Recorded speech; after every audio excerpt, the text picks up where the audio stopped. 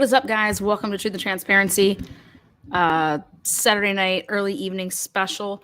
Welcome all the subscribers, members, moderators, Rachael DelTondo, Sheldon Jeter Jr., Tyreek Pugh. All of Aliquippa, at some point, in my opinion, has felt the wrath of law enforcement, betrayal. Mod Squad, good to see you here.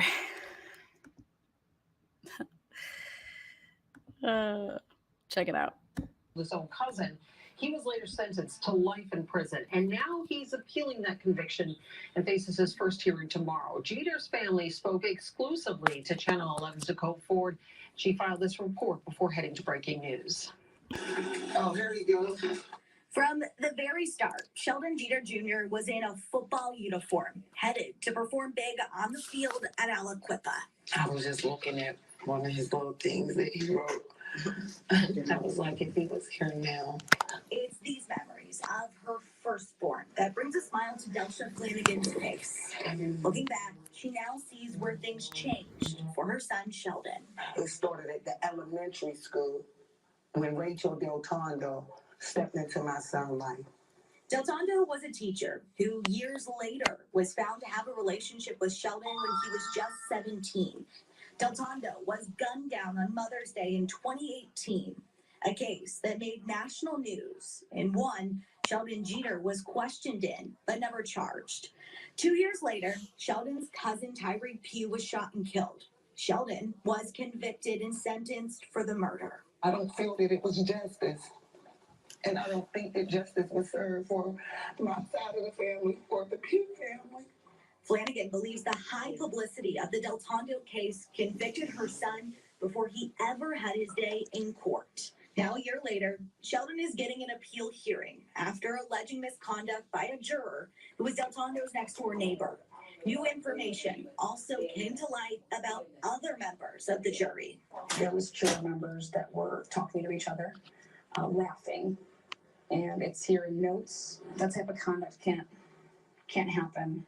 In a multiple-page affidavit, Sheldon's appellate attorney plans to ask a judge on Tuesday morning to take the next step for Sheldon to get a new trial. I just pray that we get this new trial, and I'm able to just see my son again. Nicole Ford, Channel 11 News. And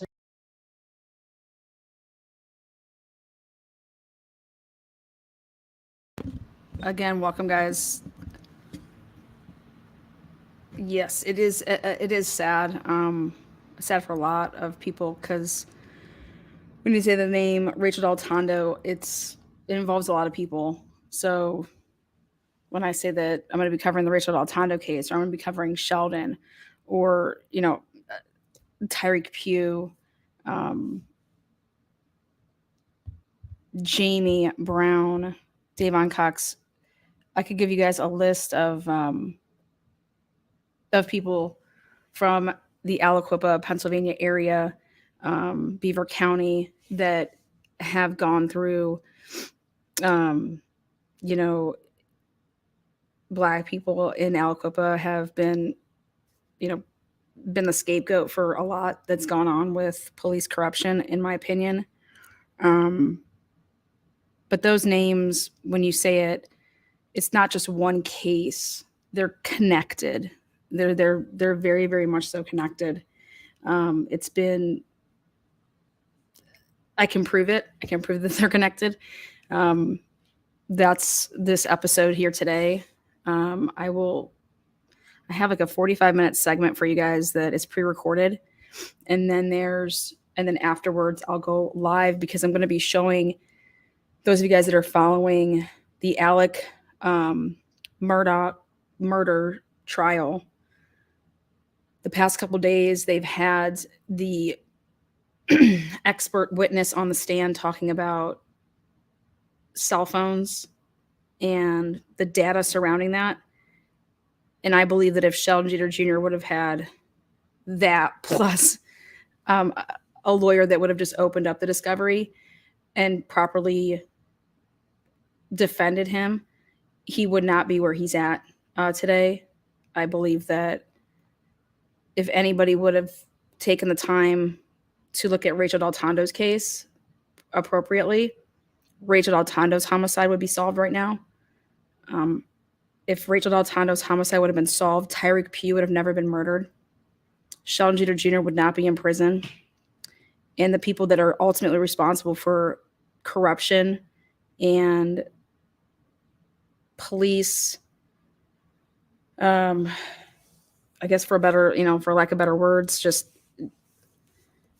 the misfortunate leadership of Beaver County and Aliquippa could have been dealt with, but it's been systematic and it's continued for generations, and families that, you carry on that last name automatically are targeted because of your last name. So it's if things would have been handled the right way by somebody with some balls in that town to face it, that has the political power, it wouldn't be where it's at right now. And so Rachael DelTondo was murdered outside of her parents' house on Mother's Day evening, about 10:45 p.m. She was shot 9 times. They've known all along that she was shot 9 times in the back, not in the front, not through the chest. They've had her autopsy. They've never released it. I was able to work with Sheldon Jeter Jr.'s family for the past, since March of 2021, to help him and his family with the case of the Tyreek Pugh case that happened in 2020, but also to help with Rachael DelTondo. His name was attached to her murder. But Rachael was murdered Mother's Day evening in 2018. And to this day, it has not been solved. I'm going to present stuff that's never been heard before. These are sources that, by me being in the town, Aliquippa has been like a second home to me since I first went there. I have the utmost respect for the DelTondo family. I have the utmost respect for Jeter's family. I have so much respect for the people that came forward to write affidavits and do anything with information that they saw in the courtroom that Sheldon did not receive a fair trial. I have the utmost respect for those people. The families, not those that have been mentioned ever, that have had to go through this. And they've always, I feel like, had to make a decision, like, say something and be targeted, or just mind your business and no one's going to bother you. So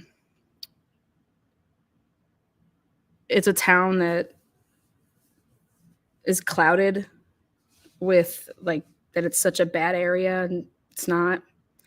The local media basically did not get both sides of the story when they went there to report, and neither did the national media. They relied on the local media, which, okay, make that make sense. But if you want the truth, you talk to both sides. So the only story that was ever out there was like the white version. Nobody ever talked to anybody that was of color. People could say, oh, they would never talk to us. Well, they talked to me.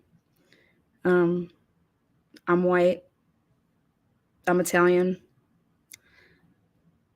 I think your approach at anything is what it is and what your intentions are. And my intentions were to go to Aliquippa and help Sheldon Jeter Jr., who I know is factually innocent, and the discovery was never even looked at by his defense team. Can you imagine Alec being on trial right now and his defense team only calling 2 people when it's their turn to be witnesses. No expert witnesses. 2 people. Sheldon Jeter Jr. didn't have a chance because his defense team did not do anything. He did not have a public defender. These were lawyers that know better, that are considered good lawyers. This was not some public defender. And actually, he would have been better off with a public defender.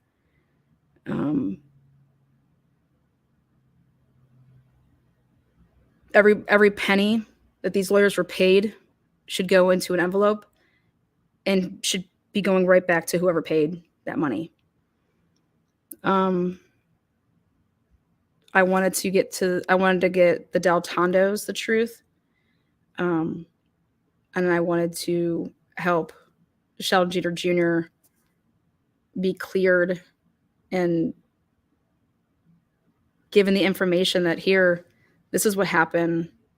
Now go defend him. Like, if you're not going to take the time to go through the discovery, I'll do it. Like, I'll find exactly what happened, and here you go. And this is how, like, so with this 46 minutes that you guys are going to see here today is my collab of the moment that I ever stepped foot in Aliquippa, and the mindset that I had going there, why I went there in the first place, and then ultimately what then I was able to uncover to prove factually that Sheldon Jeter Jr. is innocent of killing Tyreek Pugh, that his lawyers did not do anything. If they would have just done to open up the discovery. I can speak for myself. I was there. I was at the trial. It was horrible. I've never seen anything like it. And I can't say that I've sat through like millions of court proceedings, especially that of murder. There was no order in that courtroom. Talk about fairness. People were sleeping. Jurors were talking to each other. And then I was able to uncover, with the help of Sheldon Jeter Jr.'s one cousin, that one of the jury members was Rachael DelTondo's neighbor. And her husband saw Rachel's body. It just wild. Just absolute wild. So, but what was really, really frustrating for me is that when I went there in March, April, and May of 2021,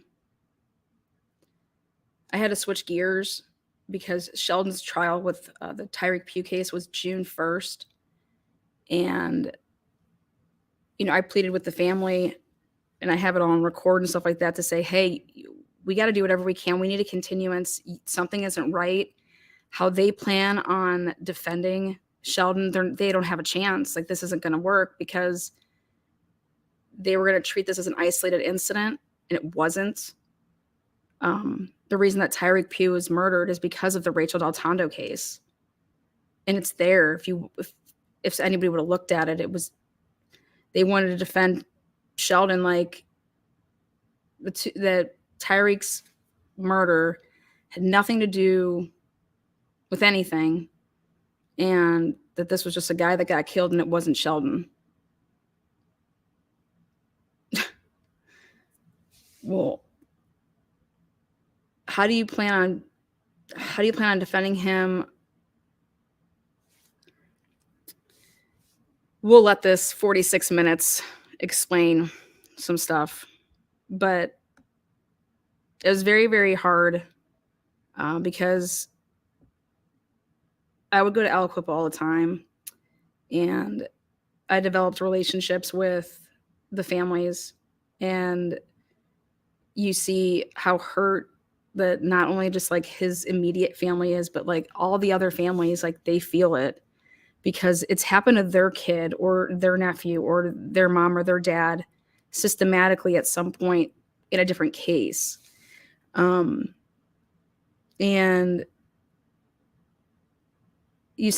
I got to see all the kids play together a lot, and to think that they're growing up as like brothers and hanging out all the time. And the next thing you know, like, all the moms are hanging out all the time and they're raising their kids like their sisters. And, you're looking at that kid like he's your son too. And to only down the road here, when they get a little bit older, that they get pitted up against each other. And it's like, if you don't rat this kid out, then this is going to happen to you. Like, you're going to be blamed for this. And so these kids are put in the most unbelievable situations due to corruption. Nobody's perfect in life. But when you get caught selling drugs or whatever, that was your choice. You take the consequences that come with it. That's not what's happening in Aliquippa. That's not what's happening in Beaver County. What's happening is, instead of put your big boy pants on and, yep, you got caught, do your time. Nope, it's what can I do to not do my time? Let me blame somebody else, or let me do something for you so that I don't have to go to prison or go to jail and shit like that. So this is very, very, this area is very important to me. These people are very important to me. The families that are there are very important to me. And this is what so much of my time and the mods' times, anybody that's home team, this is what we put our time into. The Idaho 4 case was the first case that I've ever covered in real time. I just want people to know that. So nobody wants to give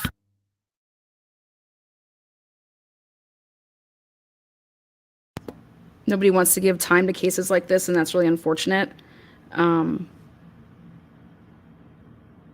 But take the time to hear this out, and to see that when you want to talk about boots on the ground, that's what this was all about. Is I believe that I could help, and I know that I've helped. And when the time comes, all the stuff that I've uncovered, it's going to help, and I think it's going to bring home Sheldon Jeter Jr., if not more people.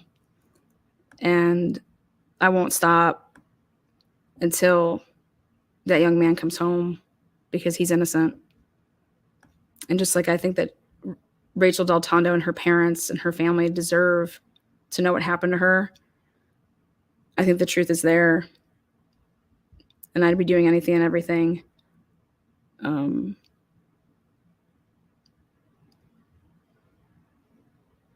see if somebody can get their hands on that discovery. So here you go.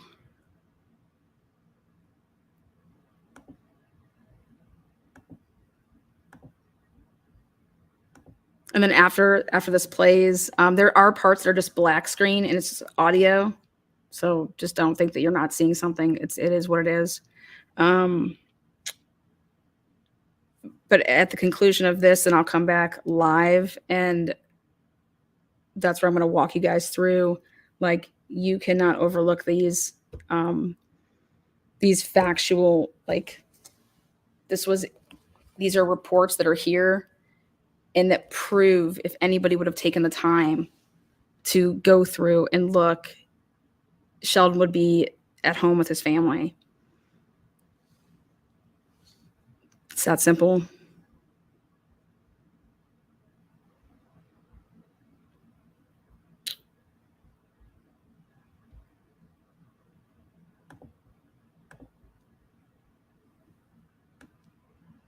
Again, I want to thank all the mods for being here. I want to thank the members, subscribers.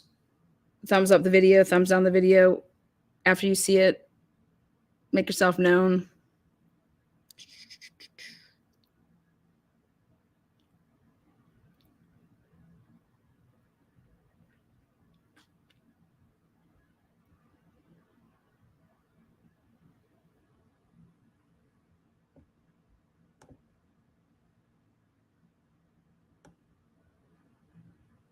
Now let me just find this video.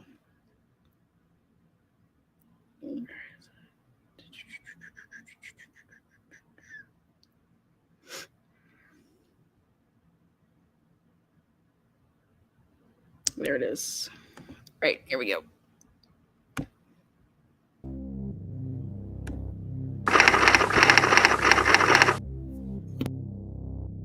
In 2021, March to be exact, 2021, I took a trip to Alicoa, Pennsylvania.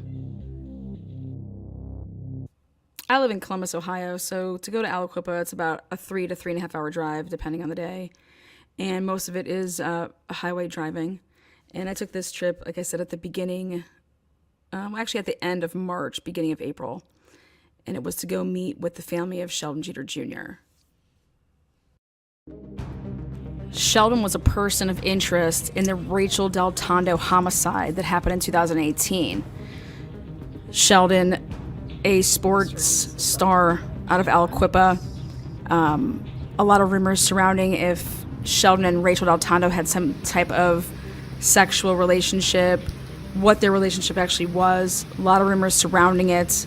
No proof, though, has ever surfaced of an actual physical relationship in a sexual manner between Rachael DelTondo and Sheldon Jeter Jr.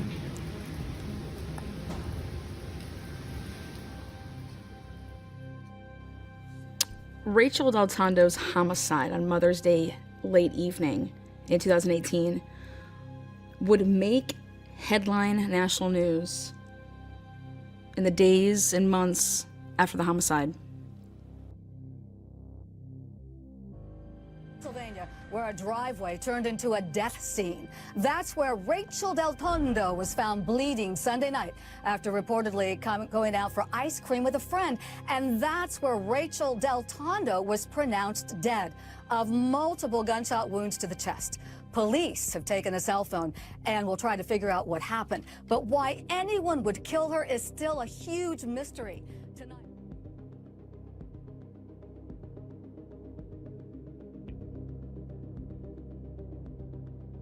Like, do you have stuff like this? Like, Days all, like, turned to weeks turned to months, and nothing was coming of the Rachael DelTondo investigation. This camera they talking about. In fact, to this day, I can't- Rachael DelTondo's homicide is unsolved. It's the only camera I see out there. See that camera?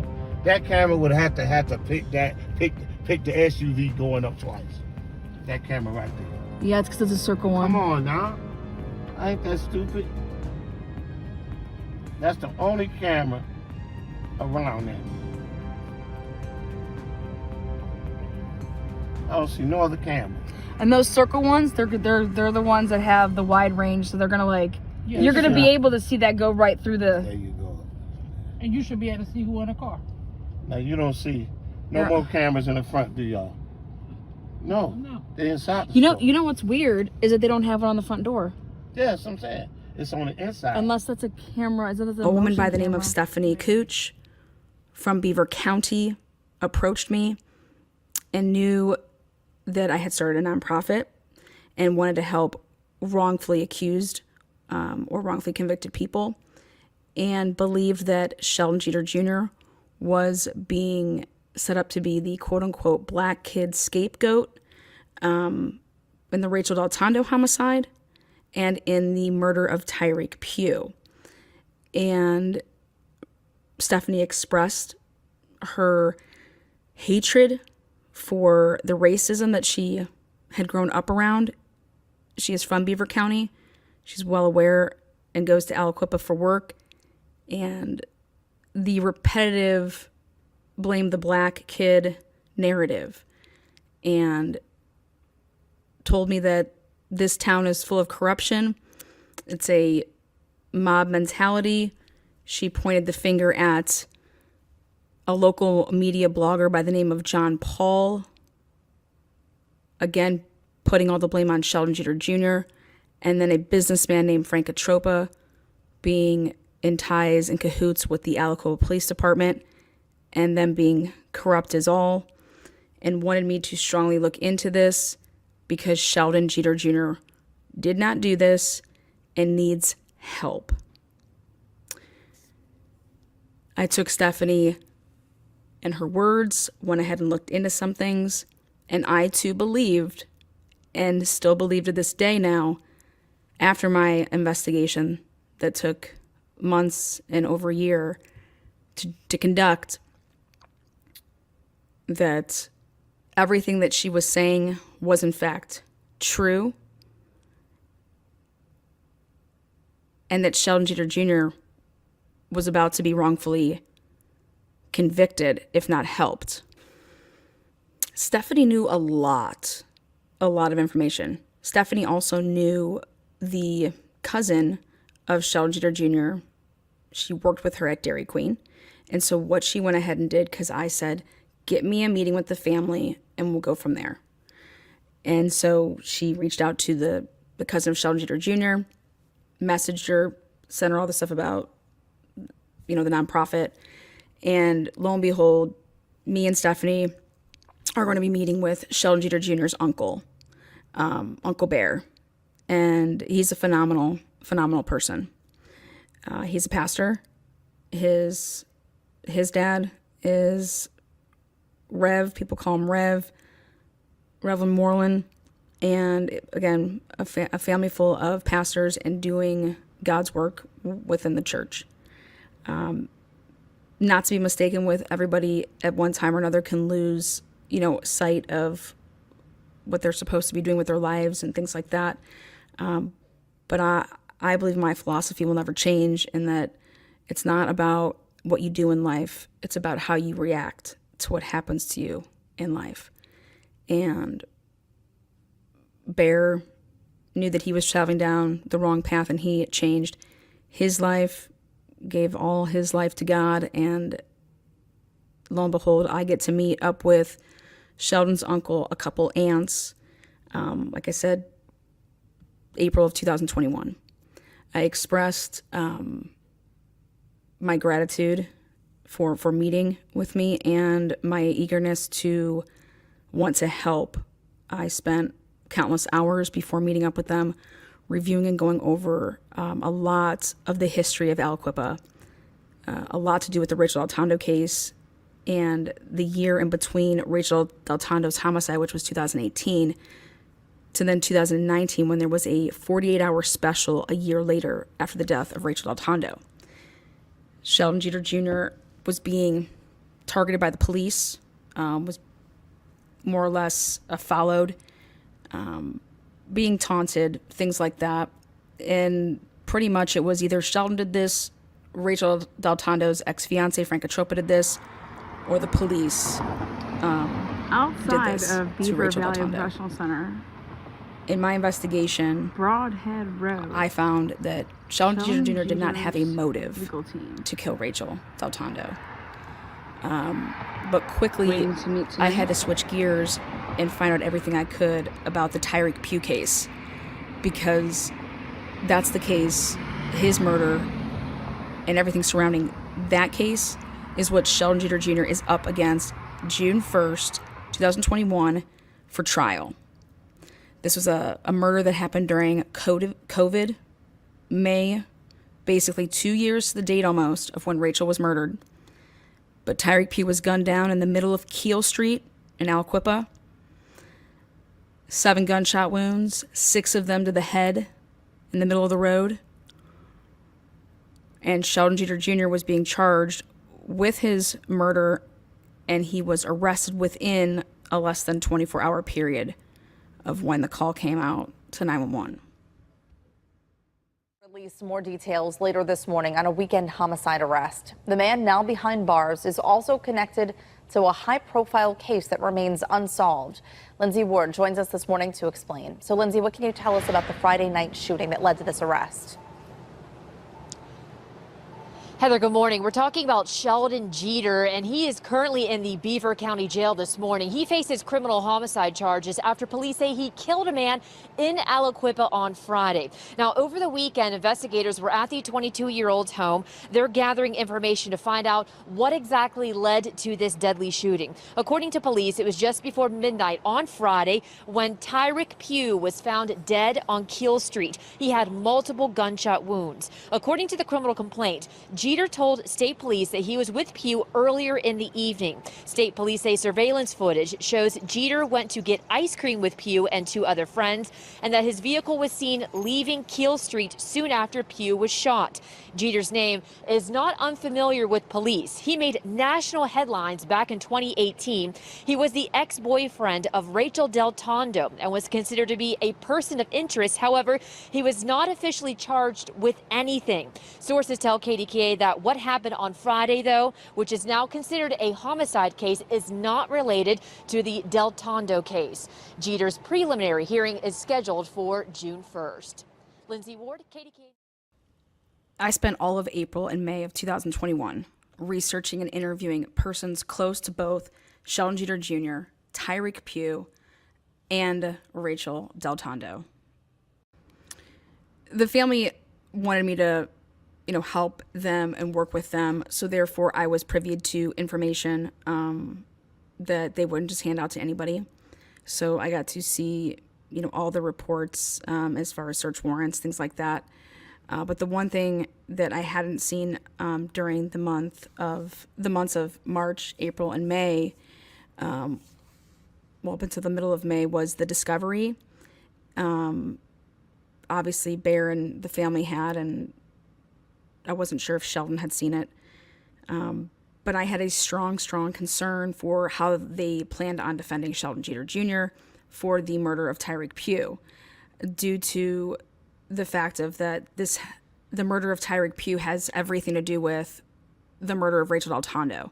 Tyreek Pugh is deceased because of Rachael DelTondo's homicide. And Tyreek Pugh, through my investigation, was collateral damage to be able to set up and frame Sheldon Jeter Jr. for not only his murder, but for the murder of Rachael DelTondo. It took me a while to earn the trust, and I don't blame the family to earn the trust. I mean, I'm a 5'5" Italian white woman coming and wanting to help, a black family, Italian families against the police and things like that. And with this murder of Tyreek Pugh and Sheldon being accused of it, who am I? Why do I want to help them? They had a ton of questions. And it was my ability to be completely transparent with them, with everything that I was doing. I was bringing them way more than they were bringing me. But their initial concerns in the beginning was like, okay, this person just pops into our life. Is this like a guardian angel? Or is this somebody trying to get information or something like that? And I told them right off the rip that I'm sure that they had those type of concerns and questions, and but gave them the reasons that I was wanting to help. And the ultimate reason was because I believed 100% in Sheldon Jeter Jr.'s innocence. I had nothing to gain. In fact, I had everything to lose. But at the end of the day, this young man, in my opinion, was being framed. And it had everything to do with the Rachael DelTondo homicide. I told the family that we needed to meet with the lawyers. You need to meet with the lawyers. You need to find out how they plan on defending Sheldon Jeter Jr. Because there was rumors going back and forth that are they going to defend him as this is just an isolated incident, or are they going to defend him and mention the Rachael DelTondo case and talk about that? And I said, well, what do you mean an isolated incident? I said, Sheldon Jeter Jr. has had a target on his back from day one, once the leak happened. And the rumors started flying about Rachael and Sheldon in a car. Rachael loses her job. She's on paid leave. There's this anonymous leak that gets all the information of both of their personal information and puts it all out there to the media. Then the police are being investigated. Frank Atropa is being investigated allegedly. And the next thing you know, Rachael DelTondo is murdered. Well, Sheldon didn't leak their information. Sheldon didn't get Rachael suspended from school. What would be the motive that Sheldon ever had to kill Rachael DelTondo? But I could list you a long list of reasons that other people would need Rachael DelTondo not to speak. If in fact she's speaking to a grand jury, if a boyfriend or ex-husband or ex-fiance rather is, embarrassed or having ill will towards her, or that she knows too much, or about the police. What does Rachael DelTondo know about the police department? Who was Rachael DelTondo talking to that the police felt threatened? Come to find out, she began talking to a local blogger 6 months before she was murdered. And did that get out that Rachael DelTondo was talking to a local blogger, trying to get information on the business of Frank Atropa, on the businesses and dealings of the police department? I don't know why you would want or need Rachael DelTondo as any type of a source, because Rachael DelTondo had no relationship with the police department. And that local blogger was, writing about the corruption of the police department. Joe Percival, the assistant chief, was one of his sources. Matt Modis, one of the board members, one of his sources. These would all come out while I was investigating and getting to the bottom of why Rachael DelTondo was murdered. And it wasn't because of Sheldon Jeter Jr. It was because of what people thought what they thought she knew, what they thought she said. And there's no other way that anybody would get that information unless somebody was telling that to certain people. And then certain people getting worried because of what they were doing. And if she told. And there was never any talks of Rachael DelTondo being scared of Sheldon Jeter Jr. In fact, the talks were that she was scared of her ex-fiance and the Aliquippa Police Department. I told the family in May of 2021, I said, listen, I can't help you. I can't help you without the discovery. I can't help you and point you and show you, hey, this is what's, look at this. This doesn't make sense. We need that. You're going to have to talk to Sheldon. You're going to see if he will approve of me looking at that. He's the one that can okay that. But I'm telling you, something is not right. If these lawyers are seriously considering treating this as an isolated incident, that doesn't make sense to me. Because how are you going to be able to defend Sheldon Jeter Jr. if you cannot tell why somebody would ever want to set him up without talking about the murder of Rachael DelTondo? They couldn't get him for that murder. Now they're trying to get him for this. And how are you able to talk about that without talking about Rachael DelTondo? And it was the answers that I kept getting back and the family kept getting back was, well, we don't want the jury to ever even know that Sheldon was ever considered in any type of spotlight of this occurring before, of him being a person of interest in a murder investigation. And I couldn't even believe what I was hearing. I was like, you don't think these people know? It's been all over national news. It's been all over Beaver County. Aliquippa's 9,000 people. Beaver County's tiny. And it's all white. And you're going to have an all white jury. And you have an all black defense team. And you have a black client. And how are you going to be able to get that all white jury to come up to your side, to see the story your way? You're going to need evidence. And you're going to need really good litigating. I said, okay, let's start from the beginning. Okay. On Friday, it was a typical Friday. What did Sheldon normally do? Well, he works. So he got up, he went to work. He came home from work. We were there at the house, at my dad's house. And he was getting some TVs, getting things for the church. I don't know if they were bringing TVs to the church or taking TVs from the church. Tyreek Pugh was with us. He was there with us earlier that day. He had come over earlier, was hanging out with my dad, Rev Moreland. And we were just there at the house, and we decided to go get ice cream like we do. So we went and got some ice cream. Pew actually paid. They picked me up and they dropped me off. And then I had seen my daughter earlier, and they had seen us down there at TVJ's, and they stopped. My daughter needed some gout medicine, asked me if I had any gout medicine, or my dad if he had gout medicine for her stepdad. He has gout, and if we could buy some gout medicine, because my dad, had the same medicine that her stepdad had, and during COVID or whatever, he wasn't able to get his refill, stuff like that. But I had the medicine, and so all they did was him and Tyreek went to go up on the hill and bring the medicine, and then they came back home, and that was it. It was, they went up there to give medicine. They went up there twice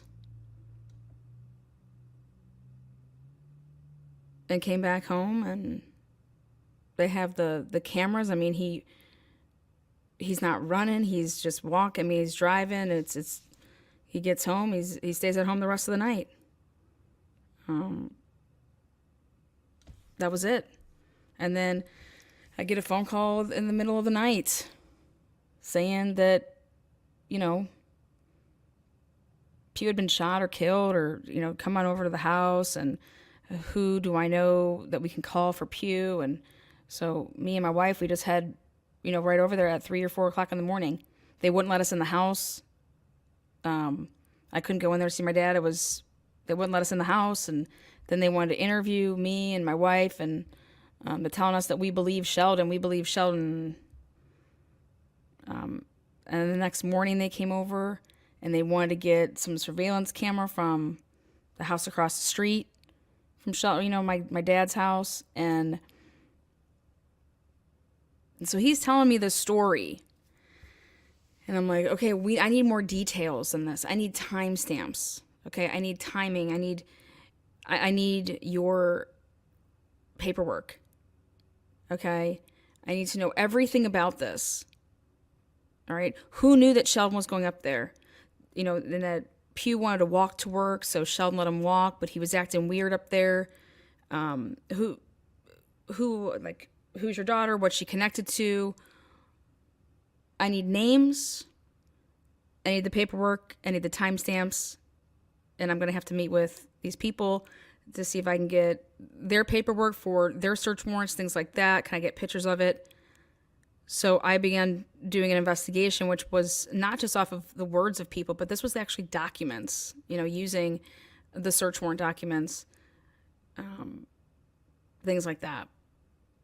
And then ultimately it came down to me telling the family. They were talking about how Pew's body was found, and that there's 3 or 4 witnesses, but they're not telling us who the witnesses are. They're keeping their names out of it. They're using the names of witness 1 through witness 4, and talking about witness 1 passed the body but didn't do anything, but then they come back with other friends who are witness 3 and 4. And then after witness 1 drove past the body, or walked past the body, because it didn't technically say if they drove or walked, that there was another person that came up, and then that's who made the 911 call, and that all of this happened, and these are the witnesses, and that they have Sheldon on surveillance camera over there, and I'm just like, what? And so it's so hard to understand them trying to tell me this story. But basically what I do is I break it down. And I broke it down with them, with the family. And because they're not idiots. They're not idiots. But ultimately, it was clear to me that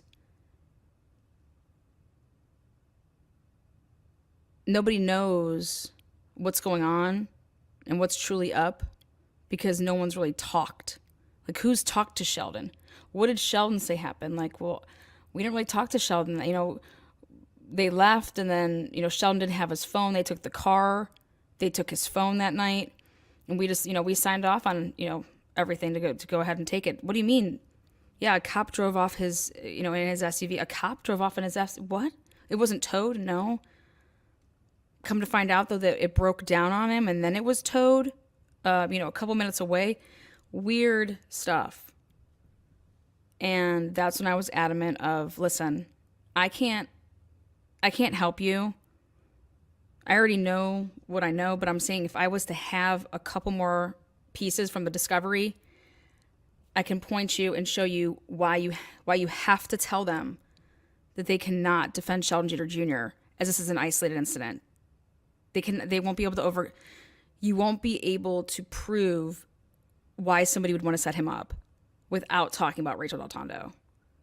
Because the last thing that they said they had was that there was a gun under Sheldon Jeter Jr.'s bed. And when they came in there to get the search warrant, that gun is the gun that shot Tyreek Pugh based on ballistics that they said they tested it. And I'm saying, well, if it's the gun, then somebody took the gun. And then somebody put the gun back. I said, why the heck would Sheldon come home and put a gun underneath his mattress that he just committed a murder with? But the Rachael DelTondo homicide that he supposedly did, there's never been a gun to be found. He didn't even own a gun then. Sheldon just had bought a gun just a couple weeks before the murder of Tyreek Pugh.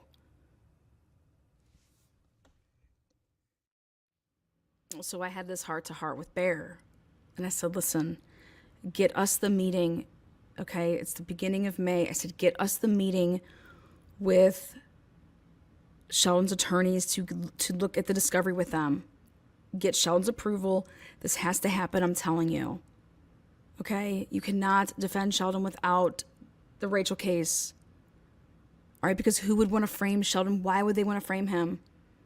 If you're telling me they're going the route that gun was used, well, who was in the house? Pugh was there all day.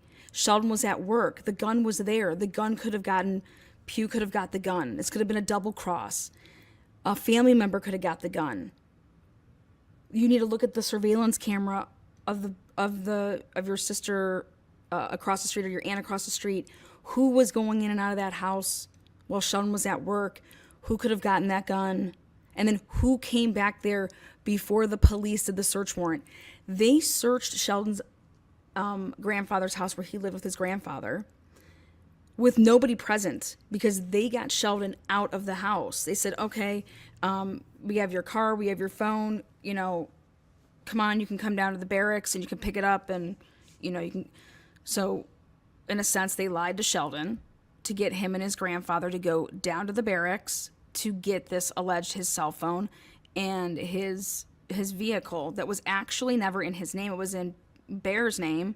So they couldn't release the car to Sheldon anyways, okay, because it's not his vehicle. But that was a way to get Sheldon out of the house. Then they served the search warrant for his house while he's down at the station. Nobody's there.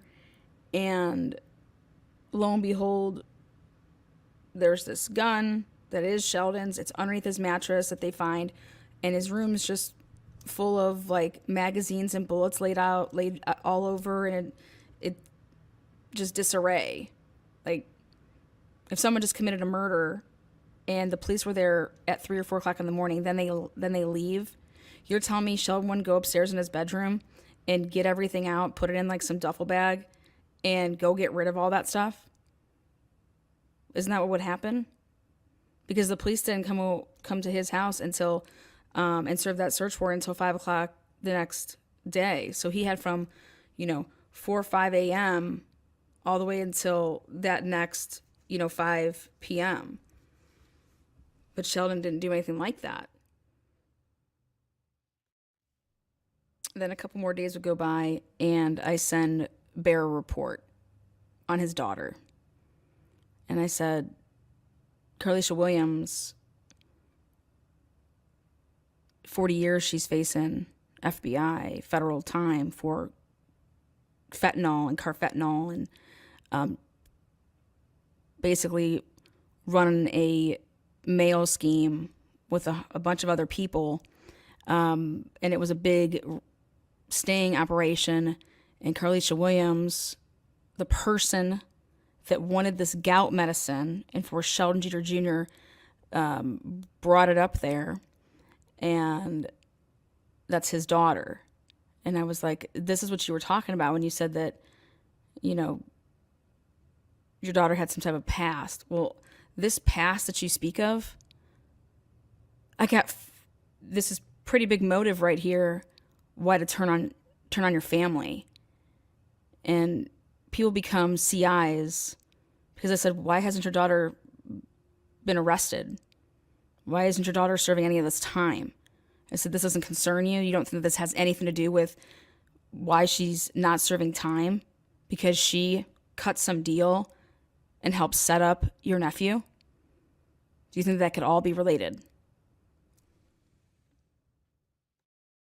I said, did your daughter show up at that house that next morning at any point in time? And he said, yeah, actually she was there in the morning, around like 8 or 8:30 in the morning. I said, does she normally do that? Does she normally come down there? Why would she be down there at 8 or 8:30? She couldn't even drive over to get the gout medicine that previous night. She wanted you guys to bring it to her. Last time I checked, if I need a favor from somebody, I'm doing the driving, not them. Like, hey, I'm going to come pick up that gout medicine for my stepdad. Is it cool? Can I come now? I said, how many times did Sheldon go there? Once or twice? Because there's a lot of unaccounted time here. I said, and I think Sheldon went twice. And I think he was summoned there the second time. I said, have you guys ever looked at Sheldon's phone records? Have you ever... Why would Sheldon need to go up there twice? Because he took the wrong pills. Oh, he took the wrong pills? Because she's saying that he didn't take enough. Well, so which is it? And now Carlisha Williams was there in the morning? To do what? How did she even, why was she there that early? How would she even know that anything ever even happened? Well, she told us that like a PSP, like a cop called her in the middle of the night. What? Yeah, that somebody called her, you know, asking her about, talking about a homicide. She said this. Yeah. Where would a police officer get Carlisha Williams' phone number and Carlisha Williams period to be called? Who would have called Carlisha Williams to tell her about a homicide that happened on Keel Street that that doesn't make any sense. Now what would make sense is that neighborhood talks and says, oh, I'm just coming up the hill because I just, witnessed a dead body in the middle of the road and yada, yada, yada. And she would have to overhear the neighborhood talk, but that would have been at like 1, 2, 3 o'clock in the morning. No, she didn't say that though. She said that she talked to a police officer. And in fact, she said she said it was a PSP, a Pennsylvania State Police officer, I believe. Not Aliquippa.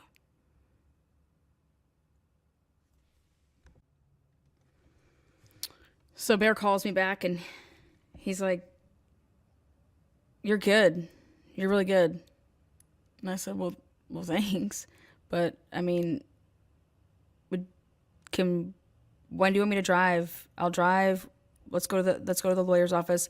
We need to see the discovery. I need to look at some things, and I'm going to show you how you can point this all out to them. But I believe that Tyreek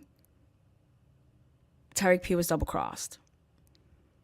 So, and I believe that the police and your sister or your daughter were involved in this. And I think that it's going to put you in a really bad position. And I don't know how else to tell you, so I'm just telling you. But they can't defend Sheldon, thinking this was an isolated... They can't say, oh, it's some other person. like Sheldon, they wanted to defend Sheldon by saying that this wasn't Sheldon that did this. Well, that's great and dandy, but that's not going to cut it. You will have the information to be able to show what happened and why it happened. And you'll be able to show that people were not being truthful, that were interviewed. But I have to see the discovery. So Bear gets us this appointment. And I drive later in the evening on the weekend and meet a woman by the name of Alexis Cobb. And she was late, a couple hours late, didn't think it was going to even happen. Ends up being 9 or 10 o'clock in a lawyer's office. And when we all arrived there, Alexis said, well, she can't see it.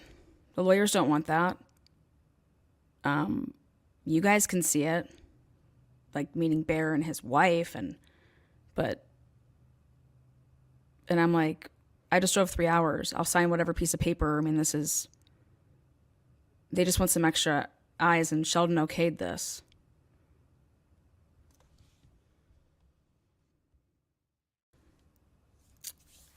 I asked Alexis, I said, I have a question for you. Do you guys plan on talking about the Rachael DelTondo case? And do you believe that Sheldon was set up? Well, we're still deciding on, they're going back and forth on, this isolated incident, or mentioning that. And, the argument with that is that you're putting Sheldon in a situation for the jury to see him, that he's been a person of interest in a similar, situation. And that we don't know if we want the jury to know that. And I said, well, but what if Tyreek Pugh he was killed, though, with the intention to frame Sheldon for the murder of Tyreek Pugh because of the Rachael DelTondo case? I said, so you don't believe that these two murders are related?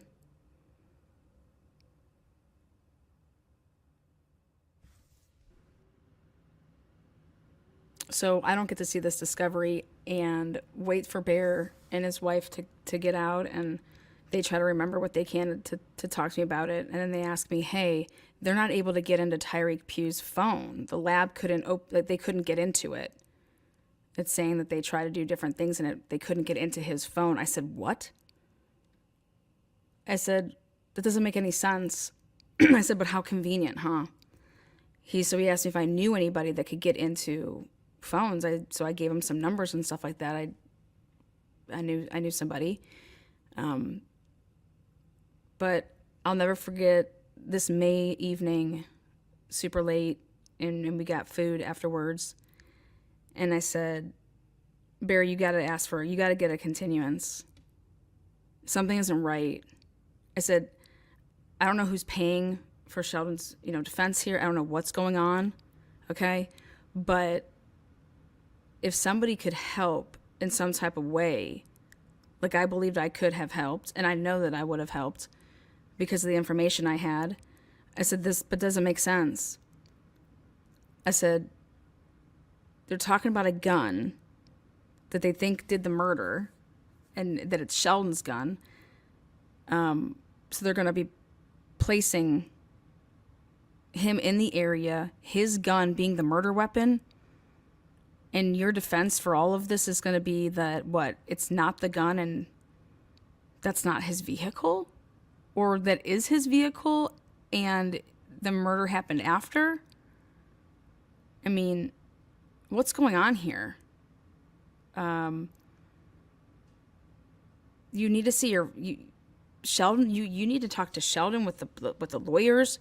You need to see this case file. You need to see what has the defense done. What evidence have they gotten their hands on during all of this time period? I said, I'm telling you right now, if they're going to defend him, as this is an isolated incident, Sheldon is going to be found guilty. There's just no way around it, because you can't defend him properly, because this has everything to do with Rachael DelTondo's murder. He is being framed so that they could take him down for her murder. And if they couldn't get him for that one, for her murder, okay, and who wants this done? The police. The police, law enforcement, all these eyes all over national media.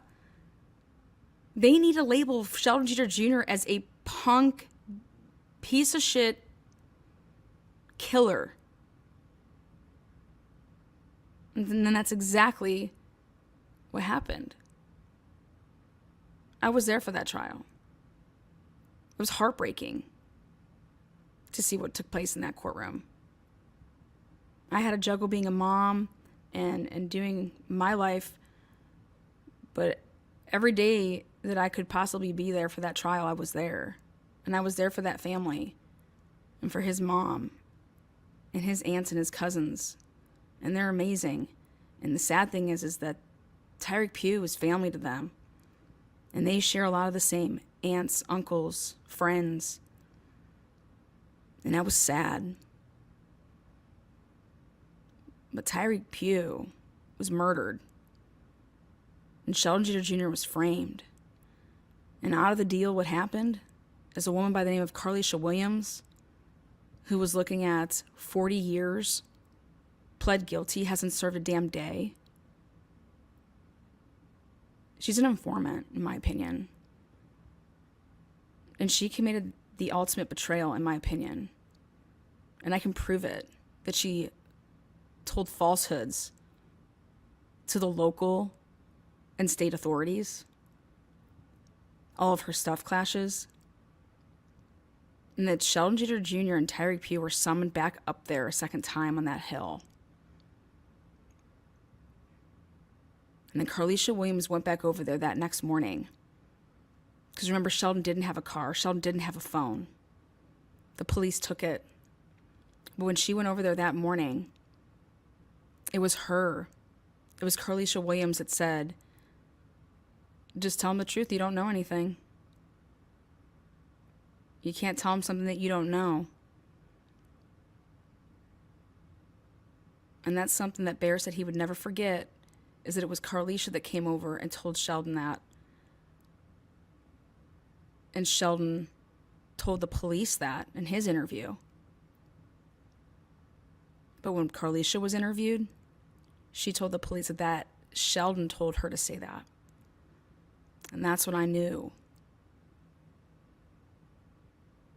that Carlisha Williams worked with the police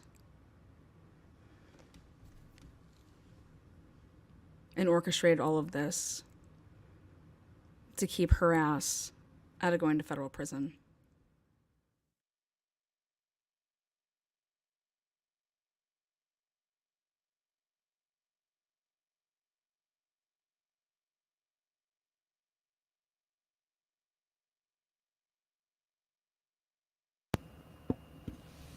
Monday, February 10th, 2020, Carlisha Williams pleaded guilty to 1 count, conspiring to distribute and possesses to distribute 40 grams or more of fentanyl. All right, you can take a seat. Let me grab my notebook real quick.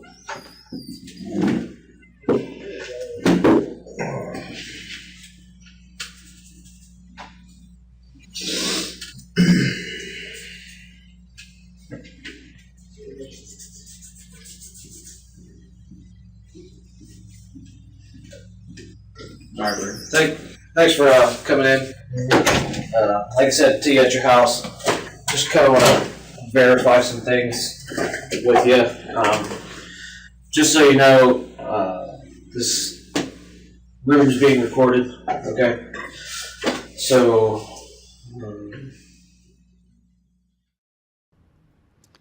The police never turned over any discovery that implied that officers ever talked to witness number 1, Brandon Wexler, more than 2 times. The first time being at the scene, and the second time and last time being this recorded interview. The police officer seen here messes up and admits to going to Brandon Wexler's house to speak with him. There was no audio or typed up report about this quote-unquote talk or meeting that ever occurred between Wexler and law enforcement at his house. It simply didn't exist in the discovery. Wexler's testimony about going straight to his buddy's house after leaving the Sheets in Rochester and seeing Tyreek Pugh's body before the 911 caller was actually there and made the 911 call was crucial for the police to be able to pin this on Sheldon Jeter Jr., as to make it so that Sheldon's SUV that would be seen on the two cousins' surveillance camera, that happened right before Wexler arrived at the scene, making it so Sheldon was, in fact, the killer or would have seen the body. The cops slipping up here made this possible. They visited Brandon Wexler and never told anybody about it until I would catch it here on this camera interview where the police officer slips with his tongue. Again, this was not caught by Sheldon's attorney, who told me personally that he combed through this discovery, which was not only laughable, but is, in the end, when you see all the stuff that I uncover, it was a bold-faced lie to not only myself, but more importantly, to Sheldon Jeter Jr., who he put his life in these attorneys' hands. At some point, the people that decided to set up Sheldon Jeter Jr., the first part of the setup was to find the perfect person to frame Sheldon for murdering. And they, in the end, ended up choosing Tyreek Pugh. I'm not in the heads of the people that did this, but it is my opinion that in the end, the sole purpose and the reason and the factor that they picked Tyreek Pugh was because of his address that was on his identification card. His address matched that of Sheldon Jeter Jr., which would allow then the police to respond directly to Sheldon Jeter Jr.'s home when they issued the quote-unquote death notice. They would see his ID, okay, 127 Orchard Street. That's where they went to give a quote-unquote death notice at 3 o'clock in the morning on May 16th.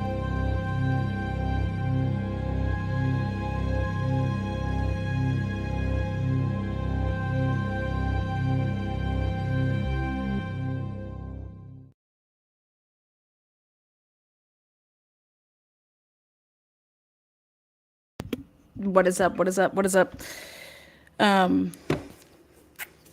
Well,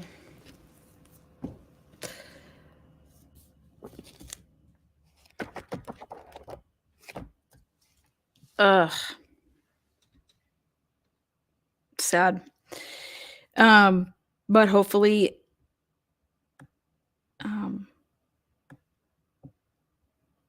it's not too late, because it's Sheldon has not exhausted. He's in his direct appeal right now. It's actually, we're waiting to hear back if he'll get the evidentiary hearing that he deserves, to show it was misconduct in the courtroom. So yeah, it's very, very.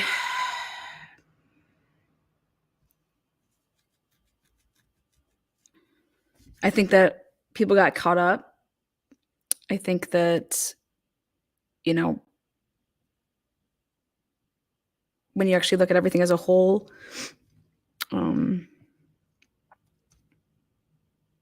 this doesn't get pulled off as much as, Carlisha has a family and she's looking out for her family, because that's what the police put you in those situations in Aliquippa and in Beaver County. They put you in tough situations, but they wanted Sheldon Jeter Jr. You needed multiple people to pull this off, but the most important people that you needed law enforcement to be able to pull this off. Which was, at the end of the day, law enforcement didn't follow up on investigating when, the name Mike. There's just so much when you actually sit down and you go through this, and all the defense had to do is do their job. All these turns and turns and turns of just these opportunities to do the right thing. And then I look at it and I'm like, well, why didn't his lawyers do the right thing? Like, what team are they on? What team are they on? So this was a collective effort, in my opinion. Everything obviously is coming from my investigation. My investigation is based off of interviews that law enforcement conducted. You literally just had to put this together. If you guys are watching the Alec murder trial with his son and his wife,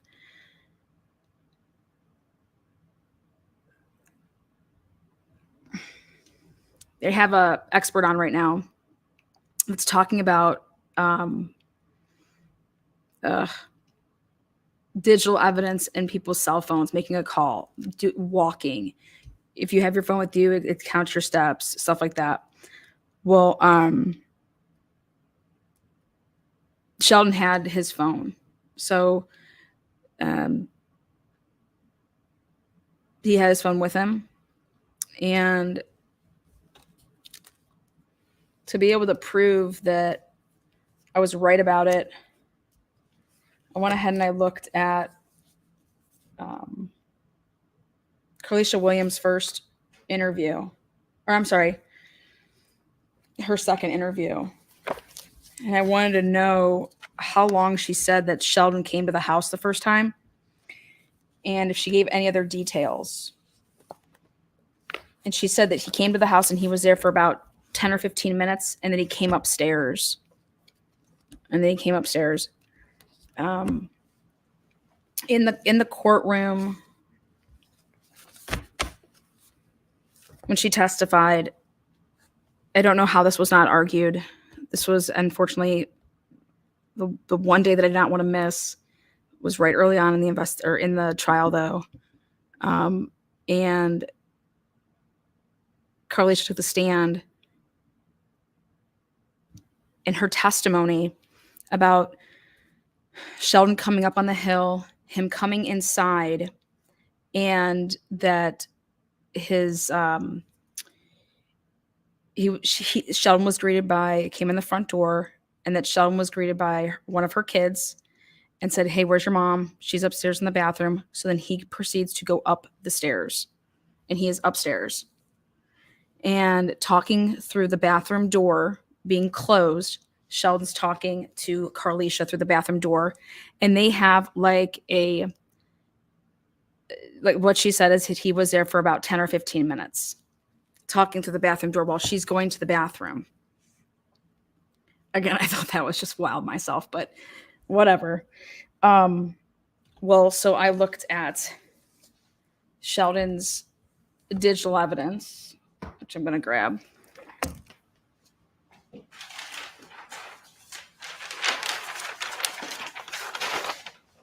So it was really convenient that Sheldon's aunt across the street from where he lived had a camera, and it was a motion camera. And so it detected a lot. It would have, it's very helpful.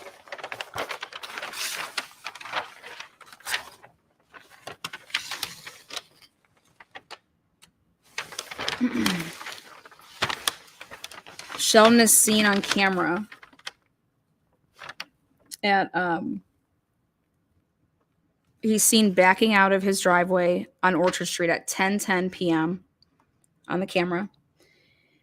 And before that, though, at 10:07 and 42 seconds, he walked up a flight of stairs. So he was in basically his living room. He goes up a flight of stairs at 10:07 in 1 second. And this activity that counted 162 steps was from 10:07 p.m. in 1 second until 10:16 in 1 second. And during this time frame, he walked 162 steps and climbed one set of stairs. And the time frame that he climbed this set of stairs was at 10:07 and 21 seconds. So I was able to determine that from 10:07 and 1 second till 10:07 and 21 seconds, He was downstairs on the main level of his house making steps.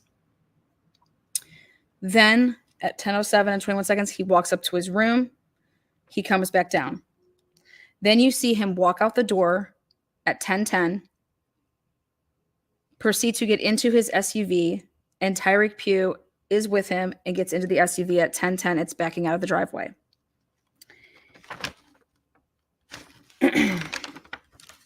Then at 10:19 p.m., he is seen on the Dollar General camera. And I said, this can't be right.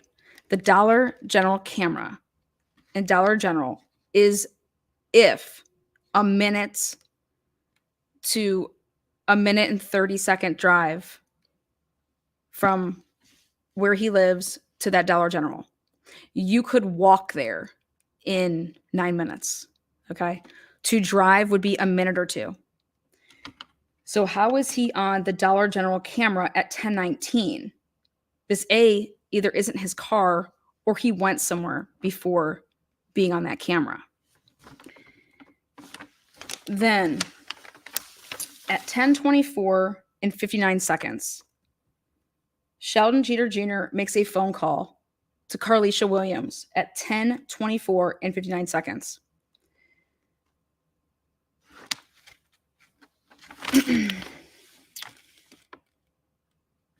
However, at 10:28, between 10:20 and 32 seconds, and 10:28 and 2 seconds,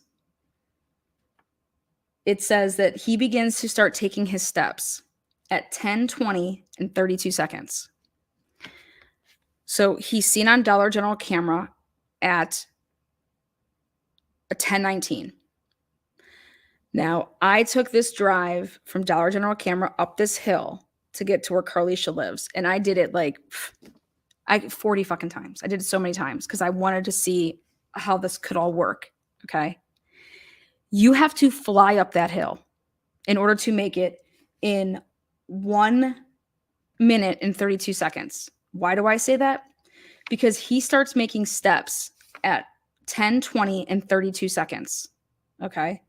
So in order, you see his vehicle on the Dollar General camera at 10:19, and now he is making steps at 10:20 and 19 seconds. Okay, so, or I'm sorry, in 32 seconds. So you have to floor it up there to get there, to be able to be out of the vehicle to start the step process. Okay. In Carlisha's interview and at trial, she said that Sheldon called when he got there to let her know that he was there. And she said that she was in the bathroom and that she would tell her kid to go to the door. That, however, cannot be correct. She also said that Sheldon came inside the house, then proceeded up the stairs to talk to her for 10 to 15 minutes before then leaving. Okay. Digitally, I'm going to prove this incorrect. He gets out of the vehicle at 10:20 and 32 seconds. It would be, if you are to walk from the car to where Carlisha's house is and you're just on the street, however many steps you have to go to get to the door and however many steps you have to come back. So if it takes me, 24 steps to get to the front door, that means I got to count my 24 steps to go back. So I'm at 48, right? So here it says at 10:24 and 59 seconds, he calls Carlisha. Well, he had already been there for 4.5 minutes because he got there at 10:20 and 32 seconds. He doesn't call her until 10:24 and 59 seconds. So let's just say 10:25.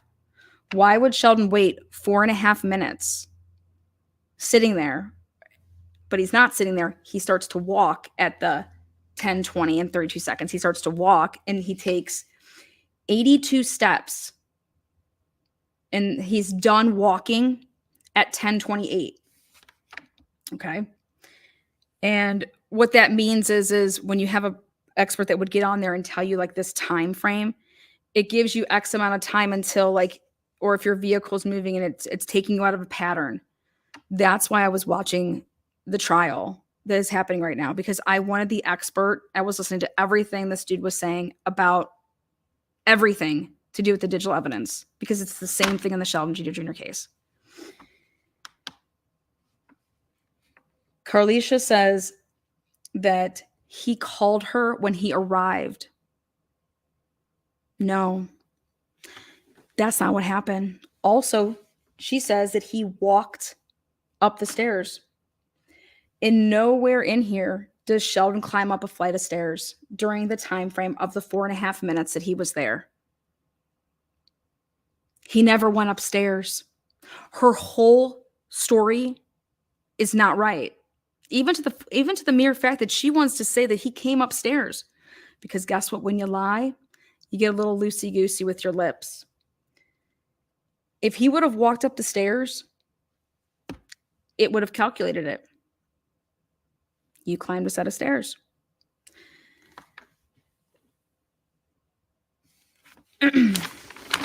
Next,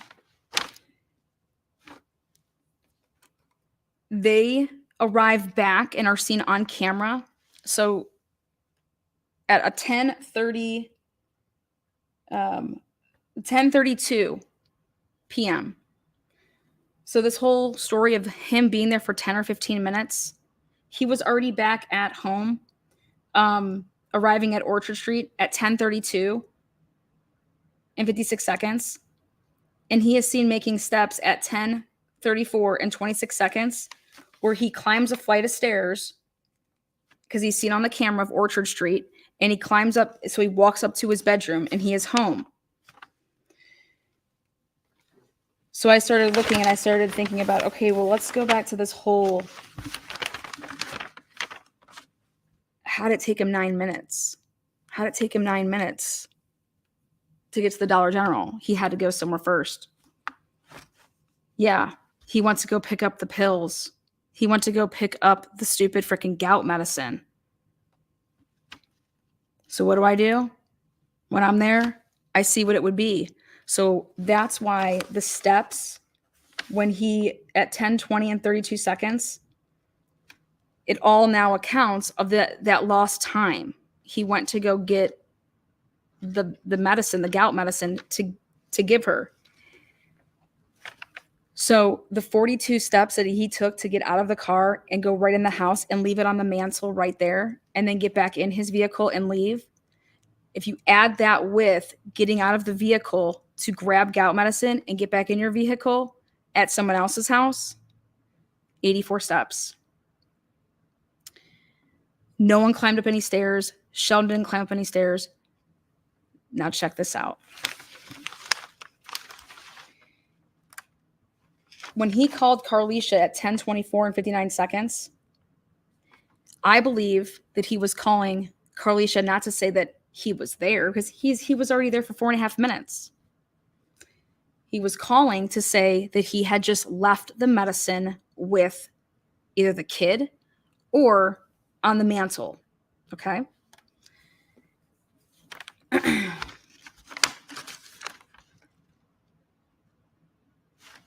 Because he has to then leave at a certain point to be able to make sure that he is on the camera that has him, okay, coming back home on Orchard Street.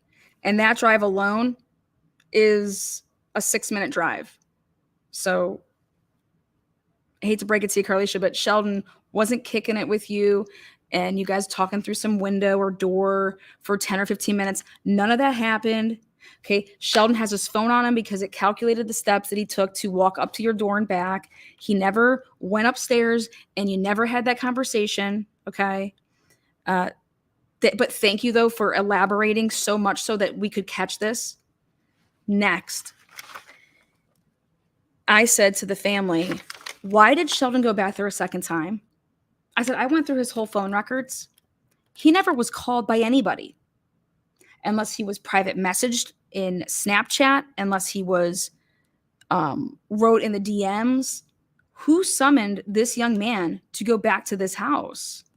Because how would Sheldon know that A, he didn't give the right medicine, or B, he didn't give enough of it? Who would be the only person to tell him that? It would be the person that would be taking the medicine, right? If you give me medicine wrapped up in a couple pills in a napkin and you hand it to somebody that has to hand it to another person, right? You'd have to wait till it gets in the hands of the person that has to take the medicine to be able to tell that it's not the right kind or it's not enough. Period. So I was looking and I said, well,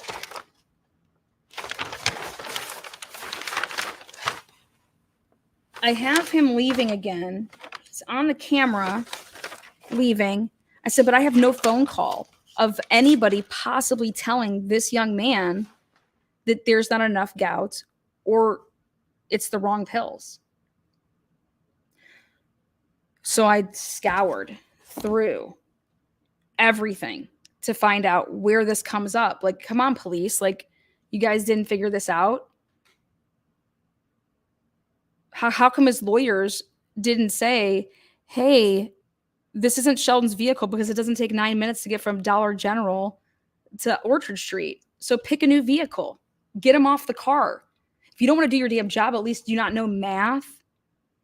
Do you not know that area to know that Dollar General to Orchard Street is freaking 1.5 minutes, not 9?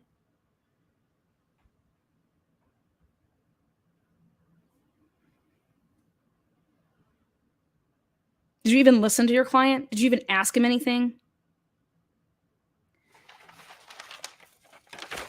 So then we get to this second trip up here. And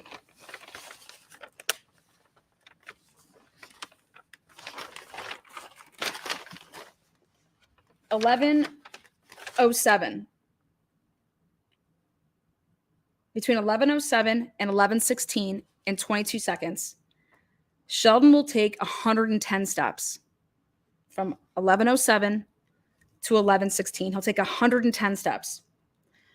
Also during that time,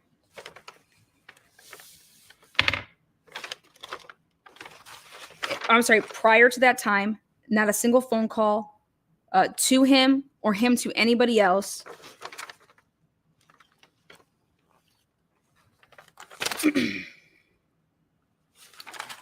And it would come out in an interview that Sheldon's grandfather, who has and is suffering from like Alzheimer's in a way, he had a couple strokes right before this homicide happened. So Rev was having a hard time like remembering things, and it's sad. It's sad. But I believe that somebody took advantage of this opportunity. And to this day, I'm not sure how this happened, that I can't physically prove, because I would need the landline or the cell phone of Rev. But it was said that Rev gave, here are the other pills. Something along the line about these pills, that you didn't have enough or it was the wrong kind. But then the more I was digging, Rev never had the pills. So Rev could have never been the one to tell Sheldon to go back up there. The only way that had been possible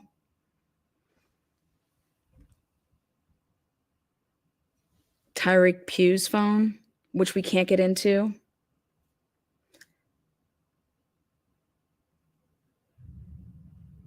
That's the only way.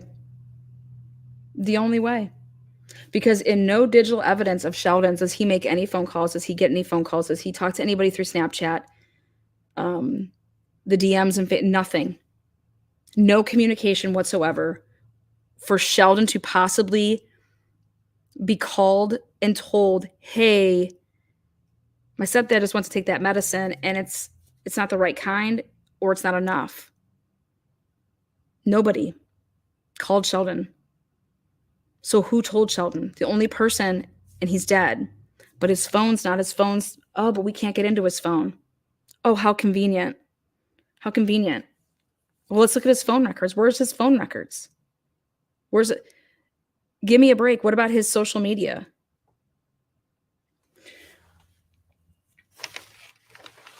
So here, Sheldon, and according to Carlisha, he's coming back and she doesn't know it.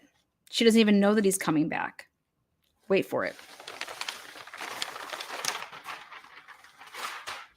She says in her interview that she had no idea that Sheldon was coming back a second time. And in fact, didn't know until after he was already gone because she didn't see him, didn't see anybody. And that on the second trip back up there, he had given the medicine to her kid. The first time she said that he didn't want to leave it with the kid because it's dangerous. But the second time he just gives it to the little kid.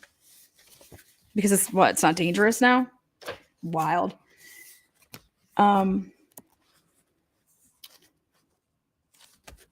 And she says,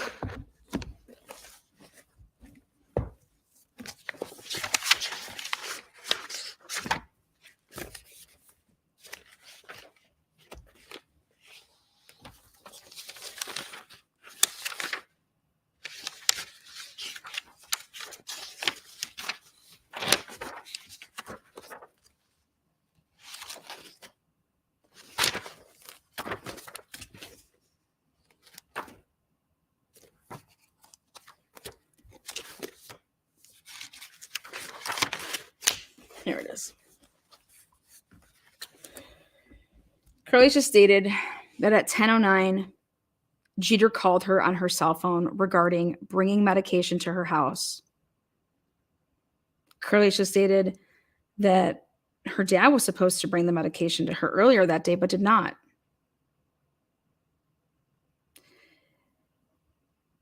Carlisha then explained that the medication Jeter was bringing is for gout. Carlisha stated that her stepfather and Emmanuel Rev Moreland used the same gout medication and that her stepfather could not get his prescription filled yet because of COVID, and he was really struggling. And that he was staying with them because he lives in North Carolina, but is currently staying at their Jones Street address. Carlisha said that Jeter called her at 10:24.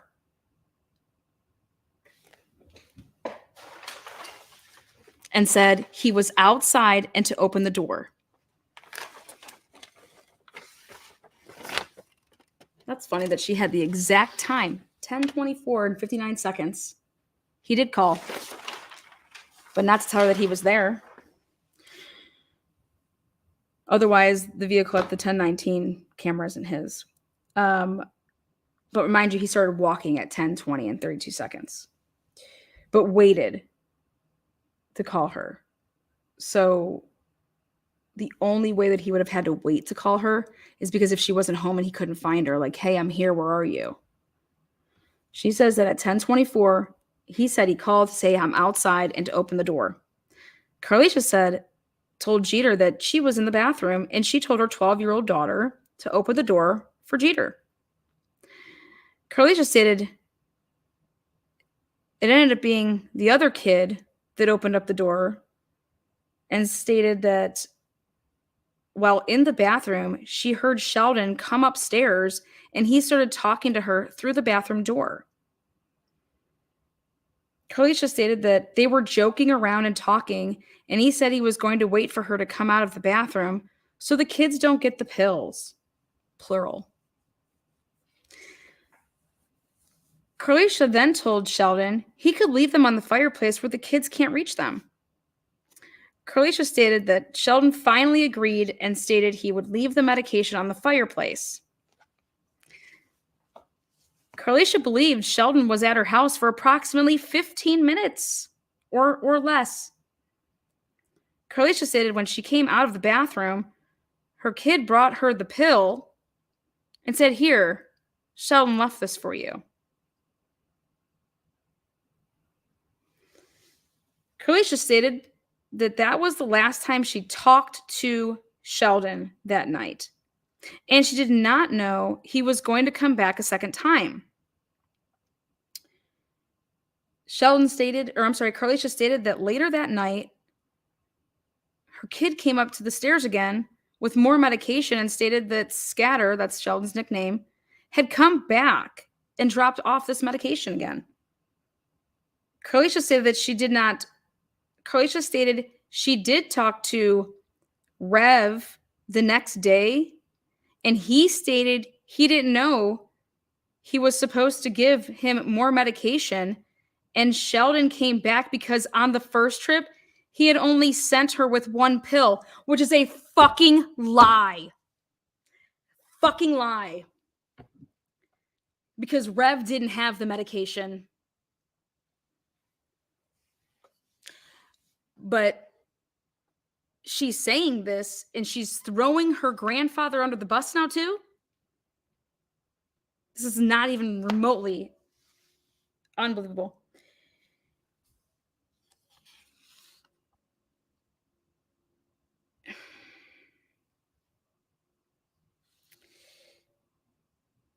Carlicia stated that when Sheldon came back to the residence, he gave more medication to her kid and then left. Carlicia stated she was upstairs working on a business plan and watching TV and had no idea Sheldon was ever back at the house. Who works on a business plan on Friday night at 11:30, knowing that you're looking at 40 years in federal prison? Who's working on a business plan? God, please, you should have probably done that before the whole carfentanil issue, but I mean, she's literally saying this to police officers and they're believing this. She says, Carlicia stated she was upstairs working on a business plan and watching television and had no idea Sheldon was ever back at the house. Carlicia stated that when her kid came upstairs with the medication, she asked her kid if anyone was with Sheldon. And she said no. Carlicia believes Sheldon must have come back to the residence before 11:30 because her mom got home from work at 11:30 and she did not see Sheldon or anyone else outside when she pulled in.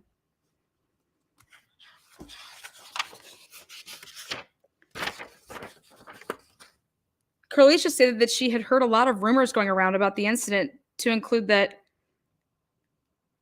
Tyreek Pugh was meeting two girls from Ohio and they set him up. Another rumor was that Tyreek and Sheldon went up to her house to sell her pills. And another rumor was that Tyreek was robbed for his stimulus money. Carlicia was unable to provide the sources for any of those rumors and stated it was all just word of mouth on the street. Carlicia did state that the next morning, on May 16th, she went down to her grandfather's house at around 8:30 to check if they were okay. Carlicia stated she was not aware at the time that Pugh had been killed. Carlicia stated when she got there, she told Sheldon that the state police had called her talking about a homicide. And Sheldon told her it was Pugh. Carlicia stated Sheldon told her to just tell the truth to the state police. Sheldon also told her, you can't tell them something you don't know. So all you can do is tell them the truth.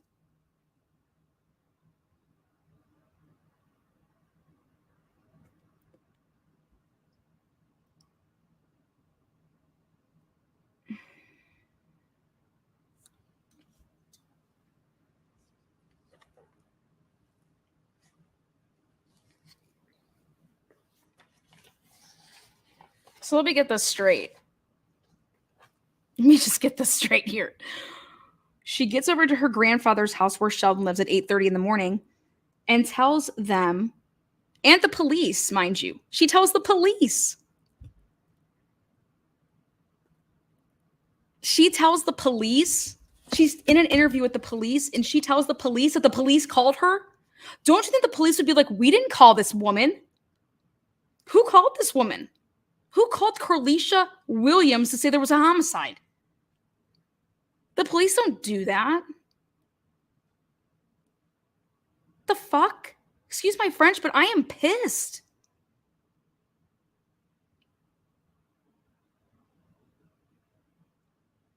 When did the police call you?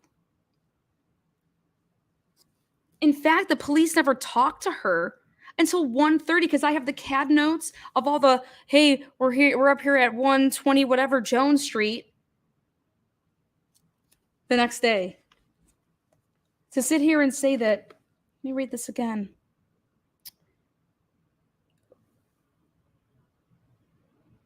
Carlisha said the next morning on May 16th, she went down at 8:30 in the morning. Wow, that's early. I mean, why? She wanted to go check and see if they were okay. Who? Why? She didn't know anybody, a homicide. What? Carlisha stated she was not aware at the time that Pugh had been killed. So then why are you going there? Carlisha stated when she got there, she told Sheldon that the state police had called her. Let me see your phone, baby girl. Let me see them phone records, because guess what? 7 years, some of them 10 years. Where are her phone records? Who called this woman? Because maybe it's not Carlisha that's lying. Maybe somebody did call her. She's telling the police that the police called her.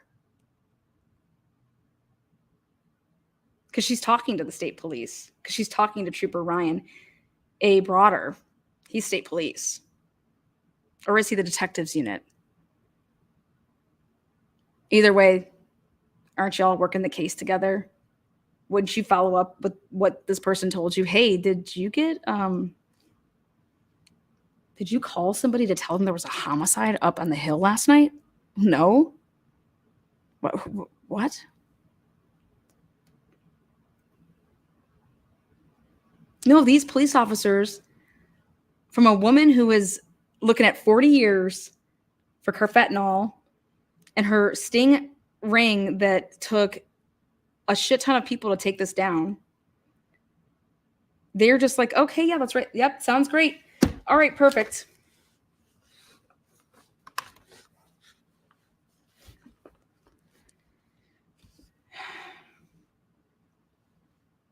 So she tells Sheldon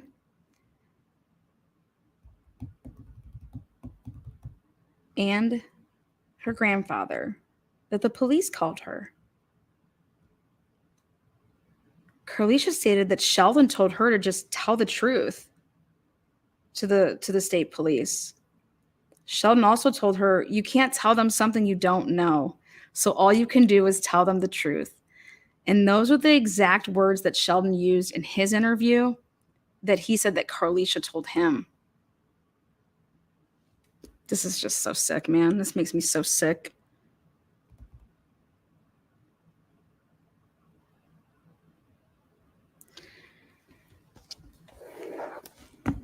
Just mind-blowing. So then I go back to the digital evidence.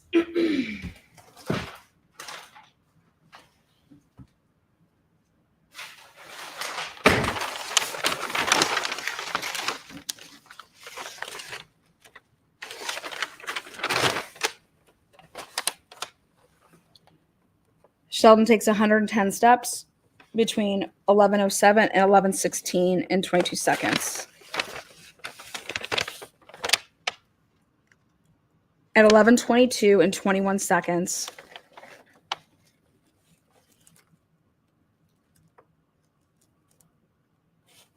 he's seen backing out at 11:09. He's seen at the Dollar General camera at 11:19 and 38 seconds. And then he begins now this time his steps begin at 11:22 and 21 seconds. So this time it was like 3 minutes. And it'd be 276 steps between 11:22 and 21 seconds to 11:31 and 54 seconds. It'd be 276 steps.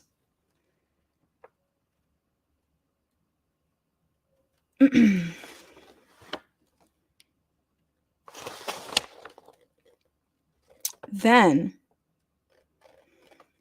between 11:33 and 39 seconds to 11:42 and 49 seconds, there would have been 184 steps. Sheldon is seen on the Two Cousins camera at 11:35 and 50 seconds. That would have been after the quote-unquote murder happened.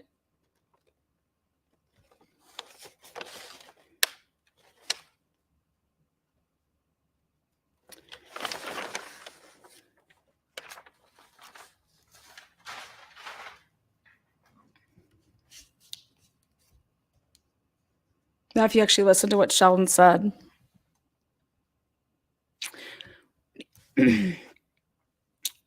so when I say that he's seen on the Two Cousins camera a vehicle that they deemed his vehicle, they see it on the Two Cousins convenience store camera at 11:35 and 50 seconds, which is at the bottom of Keel Street. Okay. And that means that Sheldon would have had to commit this homicide between, because then what I did is I worked backwards. So let me bring up this map so I can show you guys, because it does not work number wise, time wise. That's why I was up in this area, constantly making this loop, constantly seeing how long it would take to do X, Y, Z. Not only does Sheldon have to physically get from Jones Street back to Orchard Street, and he's seen on a camera at certain points. So you know, like, he's already at this point at this time, he's at this point at that time. So then you only have a very small window that this could have happened.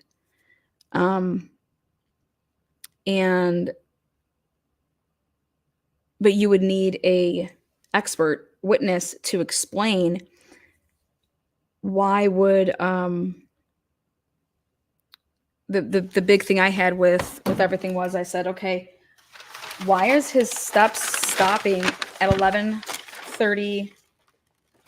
So he has 276 steps that he takes between 11:22 and 21 seconds and 11:31 and 54 seconds.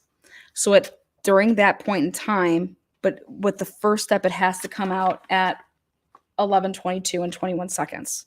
That's when your first step takes place. And then during that, 9.5 minutes, 270 steps happen. Then 11:33 and 39 seconds begins another step. So it's only from 11:31 and 54 seconds to 11:33 and 39 seconds. There's like this, he's not walking, but then he begins walking again. And then that 184 steps goes all the way until 11:42. Well, so based on the testimony that was given in this trial that's happening, if I was to get out of my car, let's say that I was driving for the past 15 minutes, 30 minutes. It has to be over a 10-minute period. And I get out of my car and I start walking. And I have my phone with me, my ticker starts. Then let's say that I sit down or I stop walking, but then I start walking within a couple minutes, like it's still going to go. And I said, okay, well, what if I sit down and I hadn't had taken any steps for like 5 or 6 minutes. Like, why didn't it end it 5 or 6 minutes ago? And that's where a expert witness is going to tell you why, which is because you weren't doing movement for XYZ. If you didn't have your phone, you can't be doing any movement for an extended period of time. So it'll stop it. And it'll stop it and not give you, it'll stop it once it registers that you haven't done it in so long, versus stop you and calculate back from your last step. I said, okay. So if I was sitting on a couch and I stood up again to then go walk out to my car, get in my car and drive home, and it was only a 6-minute drive, and got out of the vehicle and then began to walk, would it break it up into 2? No, it would still be 1. And it's proven, because Sheldon went and got ice cream that night prior to going to do any of this. And it's proven that every time that Sheldon would get out of his vehicle to continue to walk then into his house, it doesn't start when Sheldon gets out of his vehicle. That's not when the steps were starting. Okay. So his defense team, these fucking morons, instead of going and talking to an expert witness, they looked at that like, oh my God, at 11:33 and 59 seconds, this was him getting out of the vehicle in the middle of Keel Street and killing Pugh. What? Shit you not. I said, but he's seen on the camera at 11:35 and 50 seconds. You think he got out of the middle of a car and in the middle of Keel Street at 11:33 and 50 seconds and committed a murder, and then got back, was able to get back in his vehicle, and then still was able to drive to be on that camera at 11:35? That's what you think happened? Versus this? Versus Sheldon was walking around up there, took 276 steps. Because guess what? Sheldon couldn't find anybody to give anything to. Nobody was up there. Then he says, Pugh walks off. He couldn't even find Pugh. Pugh walks off. He said that Pugh wanted to go walk to work. And he's like, Pugh wasn't making any sense. Pugh's saying that he got fired from his job, and he's talking about it's raining. He's not making any sense. He's talking about people having sex with each other that aren't even dating. He's not making any sense when he's talking. So he's saying this to the police officers. Like, he was arguing and he wanted to go walk to work, but then it didn't make any sense because he told me he got fired from work and all this stuff. But if you look at everything that's on here, it's exactly, why do you think he's taking all these extra steps? Because he's making all these steps and he's up on Jones Street. He's nowhere near Keel Street yet. He's making these 276 steps up on Jones Street. He at some point stops, and he took enough of a break, and that's what an expert witness would say, that the next time that he started walking was at the 11:30. So I have to get back into my car. So if I'm in my house, in order for me to get into my car, I have to start walking. So in order for Sheldon, he stopped, he's up on Jones Street. In order for him to start doing what? Walking to get to his vehicle, he has to do what? He has to start walking. So he started walking at 11:33 and 51 seconds. And if you add up 11:33, or I'm sorry, it's 11:31. 11:31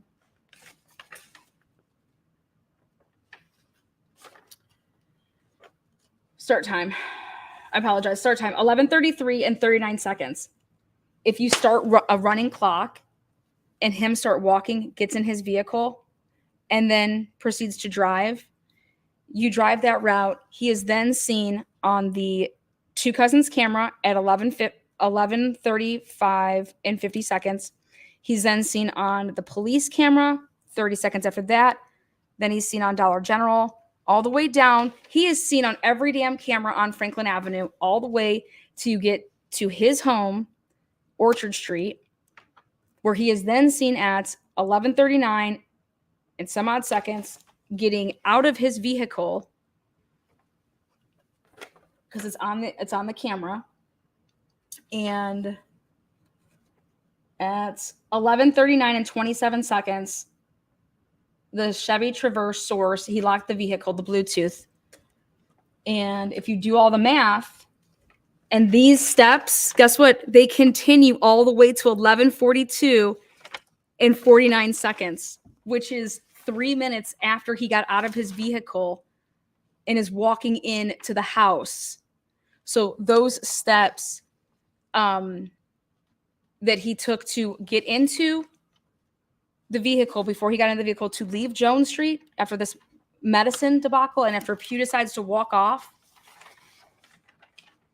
this ticker is running from before he leaves Jones Street and even after he gets out of his vehicle to take the steps to get into his house and be where he took 2 flights of stairs. And so he must have gone upstairs, come back down, went back up again. But all of this totals 184 steps from 11:33 and 39 seconds to 11:42 and 49 seconds, which the 6 minutes to get from Jones Street is exactly what it takes to get to Orchard Street. There's no time to commit this murder that you're speaking of. And nor is it that, at 11:31 it stops and then starts. Yeah, it's because it's from the segment before. It's the segment before. That's what all that is. It's the segment before. And all these other, that's what the expert witness would have testified to. They would have testified to that the steps actually started and use your GPS actual location. And he was up on Jones Street. He was not at Keel Street when it started at 11:33. Which means you're down at the Keel Street part right at 11:35 in like 10 seconds. And then you're at, so there's no time to commit this murder. There's no time for this. There's no time for any of this. He's not even there at the right time. And then the mother says that she's coming home and gets home at 11:30 and that she came up the hill of Keel Street and there was no dead body there yet. It's because Pugh wasn't dead yet. Pugh wasn't dead yet.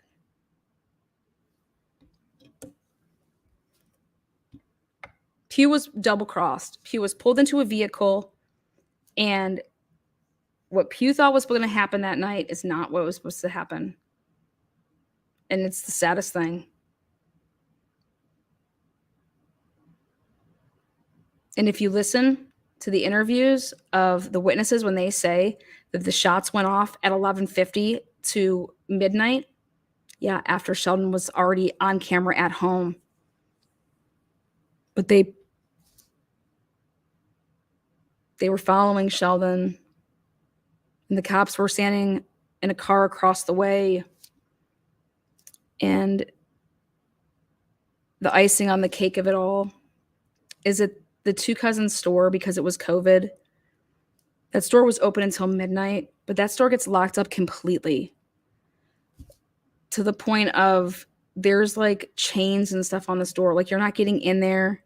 And these cops said that they went to that store at 1:30 in the morning after they were summoned here to the scene. And they said that they went there and that they were able to get inside this store and watch the surveillance cameras, and that they saw an SUV at around the time of the murders. And when they then went to give the death notice, they said that, isn't that the vehicle that we saw on the camera that we just watched at Two Cousins? Yet there is no record of them ever going into the Two Cousins convenience store to talk to any owner. It wasn't open. Who did you call? When that place has 26 cameras, where are the police walking in there at 1:30 to get the surveillance that they speak of? None of this happened. But I said to myself, how would they know that they were going to find that black SUV though at 11:35, 11:36? Because they were right across the street. So I watched hours upon hours of surveillance video of the Two Cousins camera that faces right outside the front of the store. And there it is. There's Alex Bitz's police car right on top of that hill.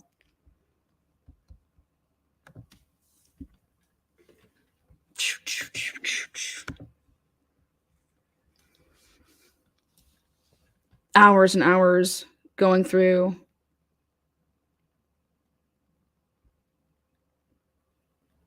And he's sitting right there. Because if you were ever on 51, you would never get off where he got off at Lourdes. You would keep going, just like Brandon Wexler said he did. The 911 caller says he was standing over the body, yet the phone pings 7 miles away in Baden, Pennsylvania.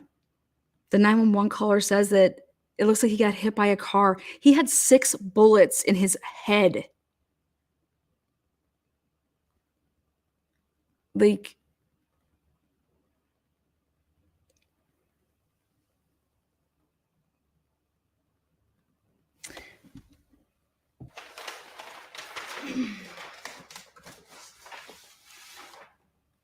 Sheldon makes no phone calls when he gets home. He is uploading church videos when he gets home.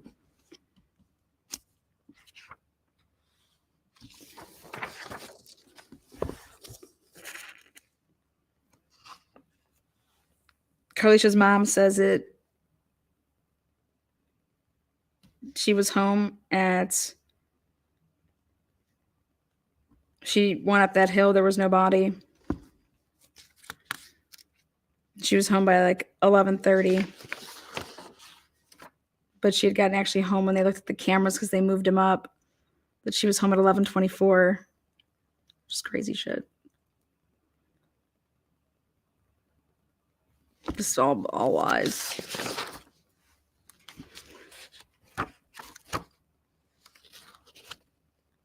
Then they go ask the guy for his camera that's up on Keel Street.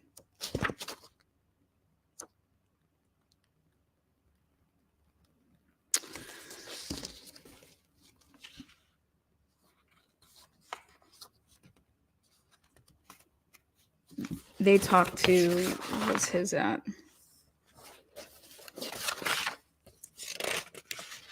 Oh, at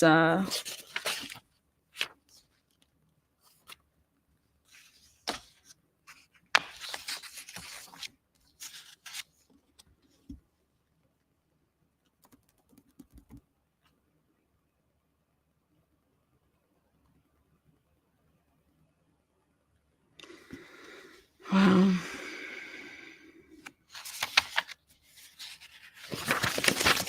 Where is the one?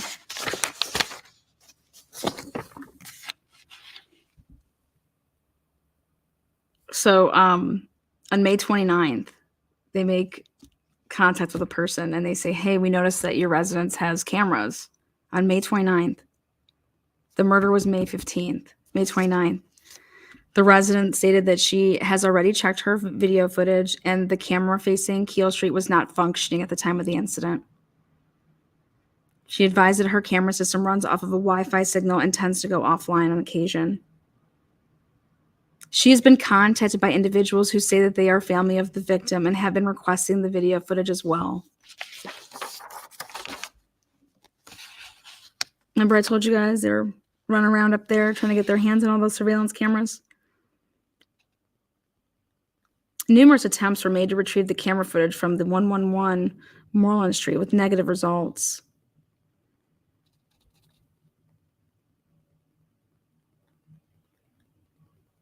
They finally were able to get in touch with somebody on 529. The resident said that he showed him the timeline requested was not recorded. This is just sick, man.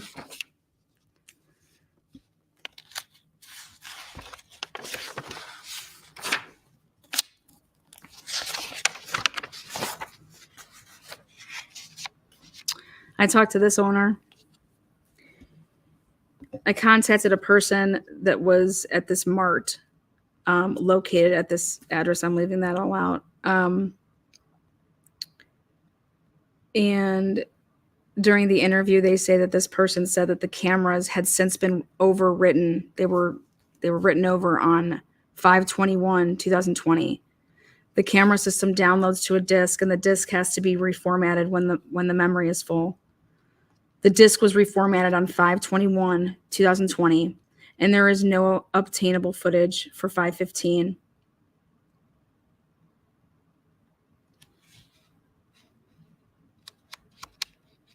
During this interview, though, this person gave me information saying that Tyreek Pugh had been living with this woman for approximately 6 months and does not believe that anyone from law enforcement has reached out to her yet.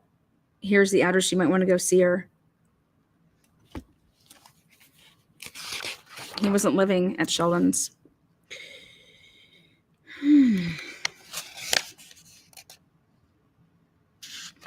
They finally got over to the address that Pugh was living at on 5/31. Sheldon was arrested on 5/16.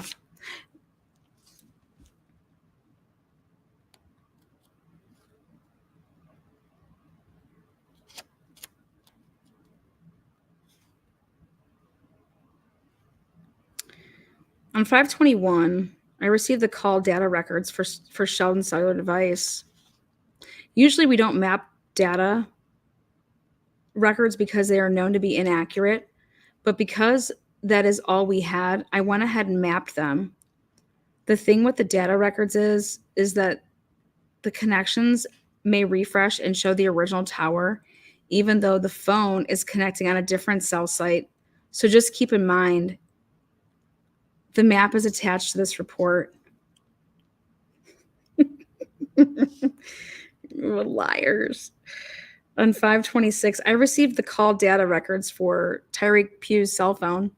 I forwarded those to the Pennsylvania Criminal Intelligence Center for analysts. I received that analyst on 6/2/2020. The map shows that Pugh's cellular device utilized 2 cell towers.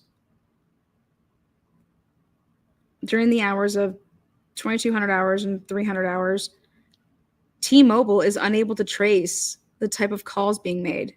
The map is attached to this report. I thought this was the phone that you couldn't get into. Oh, it's about the calls.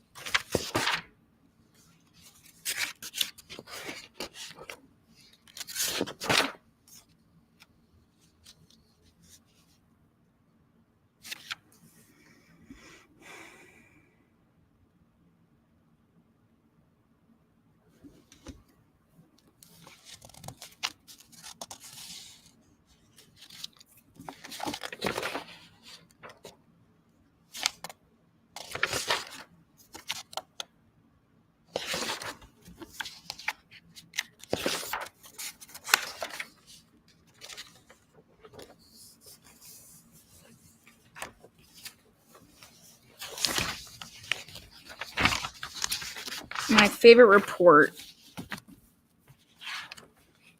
is the one from, let's see.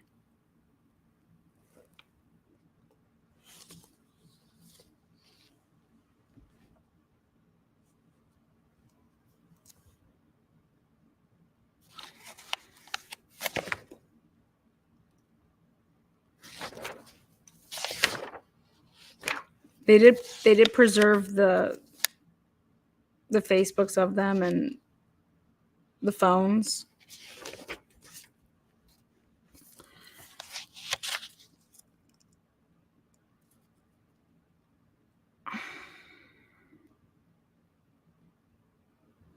Nowhere in any of these reports do they say that during the time that they had to take Sheldon Jeter Jr.'s SUV that it broke down and that a police officer was driving it and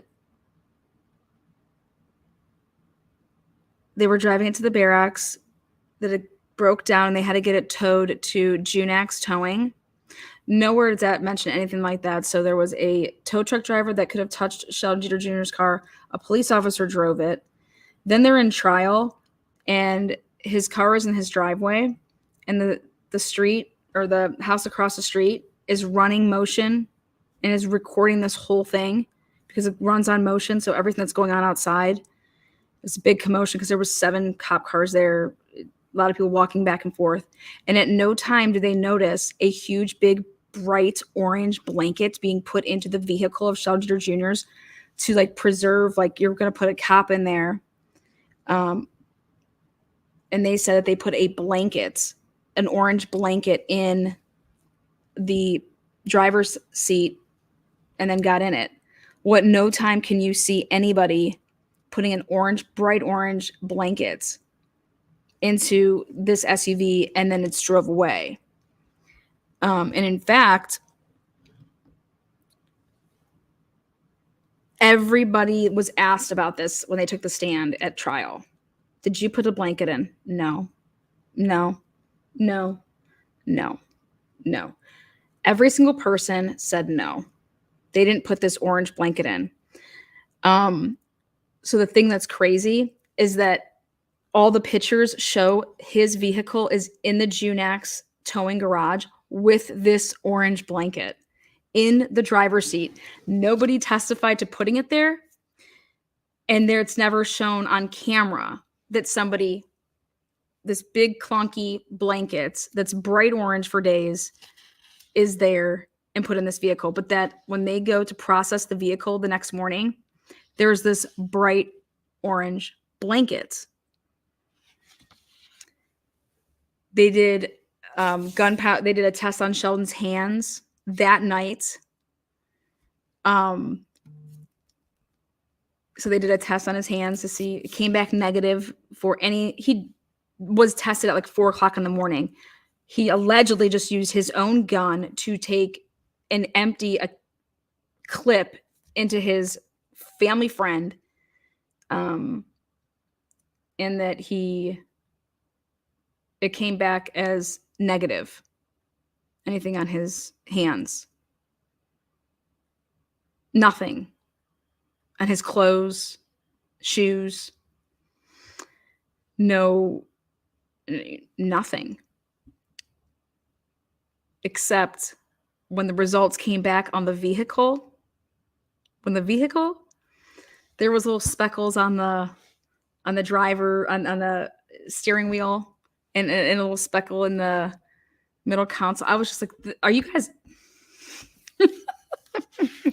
Yeah. Oh, hell. Then I went so far as to read an interview about Tyreek Pugh and somebody that he worked with.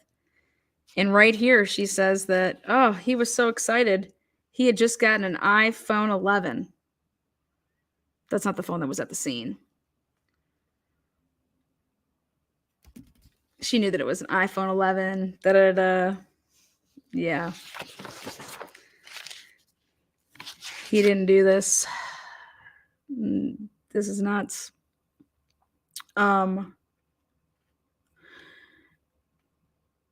I told you that they were running around getting this surveillance. So this is the camera, the 318. So we're in court and I'm listening and I'm hearing them talk, and I was like, yeah, this is going to prove that he didn't do this because of this camera right here that was up on top of the hill of Keel Street. And it was at the corner. It was 318 Larimer Avenue. And it'd be this house and another house that were able to get the cars at the top of the hill. And this woman says that she spoke to them and reported that her house was equipped with surveillance video cameras and allowed them to review the surveillance video from the night of 5/15. from the approximate times of basically 11:10 to 11:40. A vehicle matching the description of the Chevy Traverse was not seen during those times, meaning that he had to take what they were trying to say a different way down or whatever.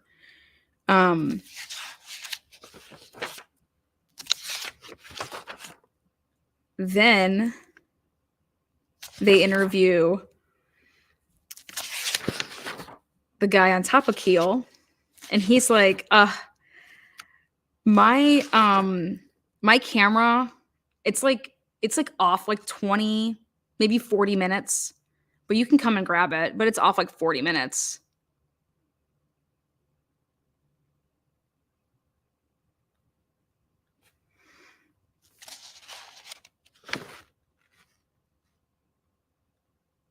And I was like, wait, what? This camera's off 40 minutes? So I wanted to look in more of that. And so, because this was big in trial, this is what made it seem like it wasn't that late. It wasn't at 12 or 12:15 that the cars were seen at the top of the hill, because this guy's camera was off 20 or 40 minutes. How is a camera off? Doesn't it run on, like, what kind of camera do you have? What year is your camera? What's going on here? And guess what? He says that when the police came, though, that he went ahead and he made sure that he fixed the time to reflect what is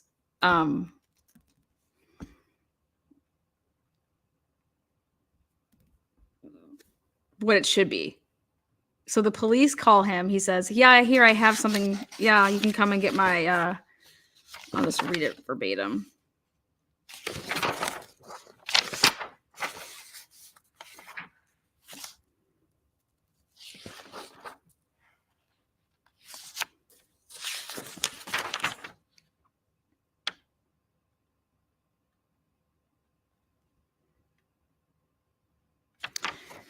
So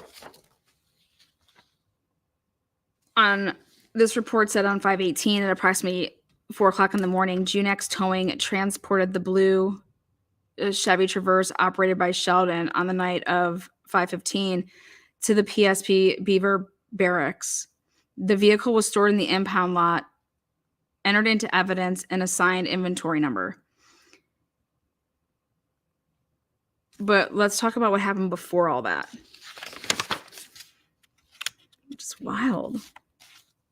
Like, who looks at this and is just like, yeah, this looks great.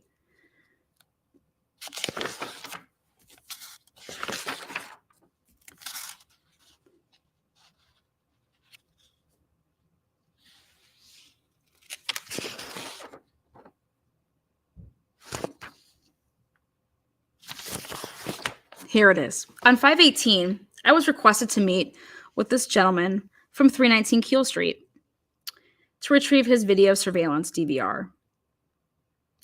I met with him at the listed address and retrieved his video surveillance DVR. He provided the administrative password. He advised me that the surveillance system would be off 43 minutes off the real time. 43 minutes. He also advised me that he has since updated the date and time to reflex the accurate date and time. I think he meant to say to reflect, but to reflex the accurate date and time. But during the homicide incident, the time would be off around 43 minutes from the real time. This was an estimated time in minutes by this man. The video surveillance from the DVR was downloaded onto a USB external hard drive. The downloaded video was from 5/15/2020, between 11:30 hours and 11:30 or 11:59. So between 11:30 and 11:59. So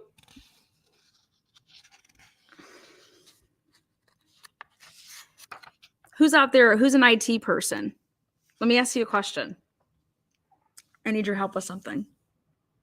Or maybe it's just common sense. So let's listen to this one more time. On 5/18, I was requested to meet with this man and retrieve his video surveillance, DVR, to download video for PSP Beaver's homicide, which occurred on 5/15. I met with this person at the listed address and retrieved the video surveillance DVR. He provided the administrative password for the DVR. He advised me that the surveillance system would be 43 minutes off the real time. How would he know how many minutes it's off? Did he go outside and see himself on the camera, take a picture of himself, a selfie, and see what time his iPhone said, then came back in and looked at his camera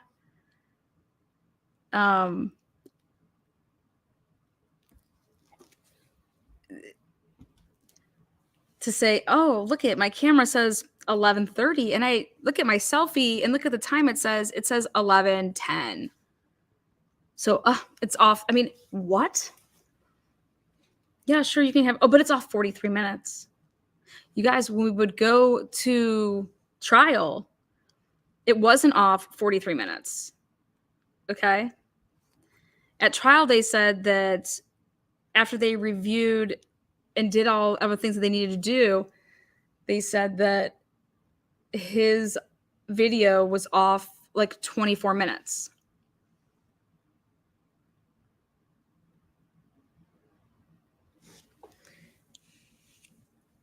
But if he put it back, explain this to me. Oh my God, I realize that I realize that something is off. So I go and I put it back. Like, oh, I need to change the time here because it's off. So I'm going to go ahead and do that before you come and pick it up from me.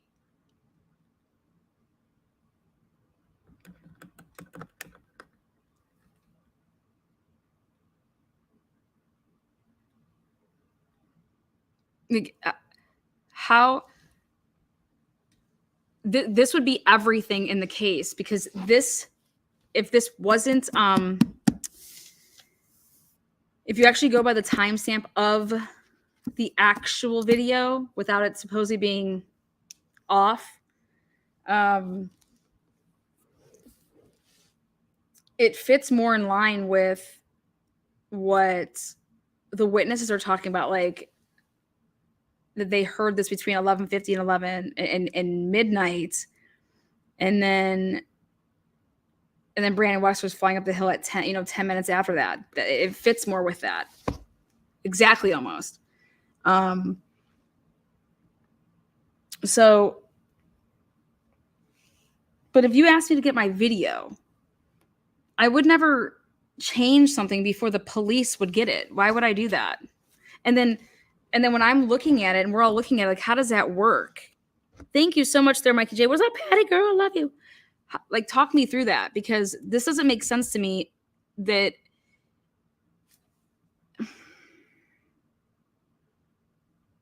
he also advised me that he has since updated the time and date to reflect the accurate date and time. But during the homicide incident, the time would be off around 43 minutes from the real time. This was an estimated time in minutes by this man.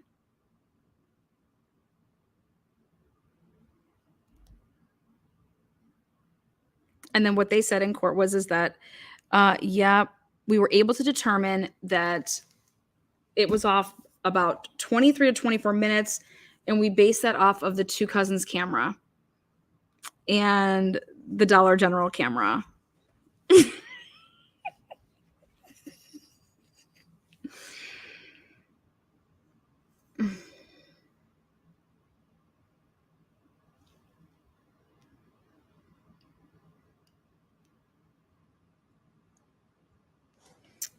And when the system date and time was compared to the date and time on an iPhone, the date and times matched. I knew it was an iPhone. I knew it. Who the hell does this? Why are you doing the police's work? It doesn't make any sense. So before they come, oh yeah, you know what? This thing has just been off for all this time that right now I'm going to go ahead and change it before I gave it to the cops. Then they show Brandon Wexler this camera and they ask him to identify his vehicle, but don't pay attention to the time. We're trying to figure out what time. They say to him, we're trying to figure out what time this is. Don't pay attention to the time. It's wrong. But we just want you to point out your vehicle. Can you help us here? Point out your vehicle. And this is when the detectives close the door to the interrogation because they end up doing it outside of the interrogation room. They do it outside of it. And they close the door because it was still running the audio and visual. The detective is seen closing the door so that what they are telling this dude cannot be heard or seen by the camera. And I'm like, this is in discovery.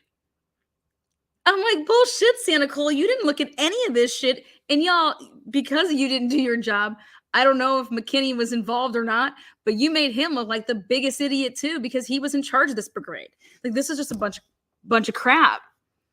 And I mean, I'm not a lawyer, but don't you think that Sheldon should be able to sue over this shit? This is insanity. You know, it's bad enough when you get blamed for taking the last cookie out of the cookie jar and you didn't do it. This is murder. This is your life. He's in prison for the rest of his life. This is disgusting. And you guys, this is not Aliquippa police officers. Okay? This isn't Aliquippa police. Aliquippa police officers didn't do one report. They don't trust those idiots to write their name, man. Like, this is wild. Like, they're the first people on scene. Nope, not a single report. Who moved Joe Richardson's van? Why? Why? The same dude that moved Joe Richardson's van drove Sheldon Jeter Jr.'s SUV. So he touches Joe Richardson's, wheel. This never comes up in court, by the way. He grabs Joe Richardson's van and moves his vehicle up.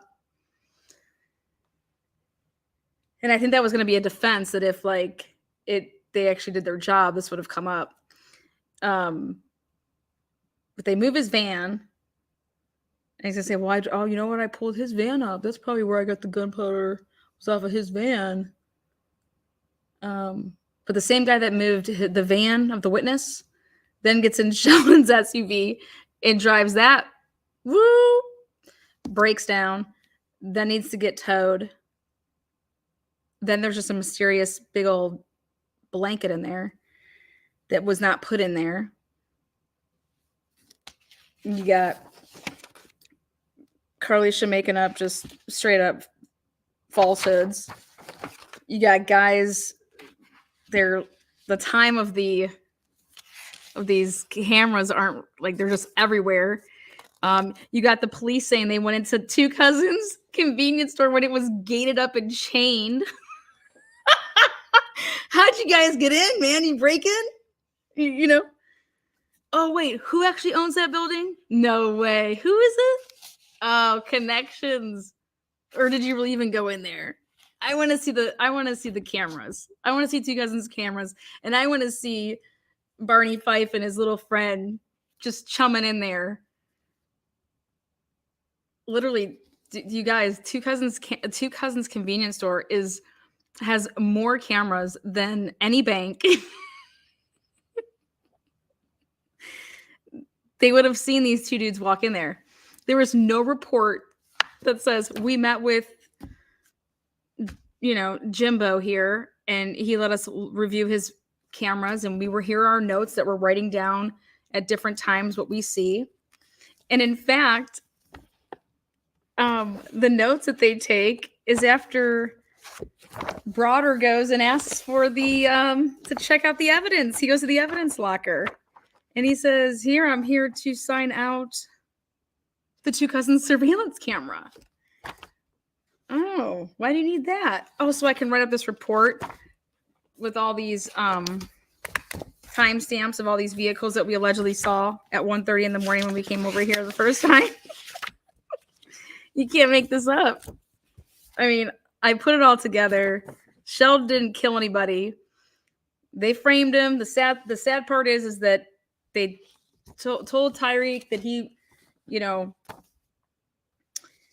Tyreek was looking at a different job. I think he was getting out of Dodge because of this. He had applied for a job with the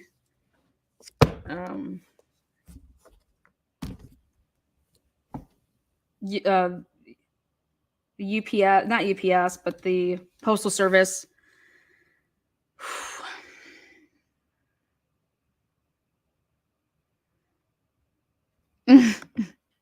Can't live chewing gum at, because no, you can't. But that was everything. They said that we saw this dude's vehicle. That's how we knew that we were looking for an SUV.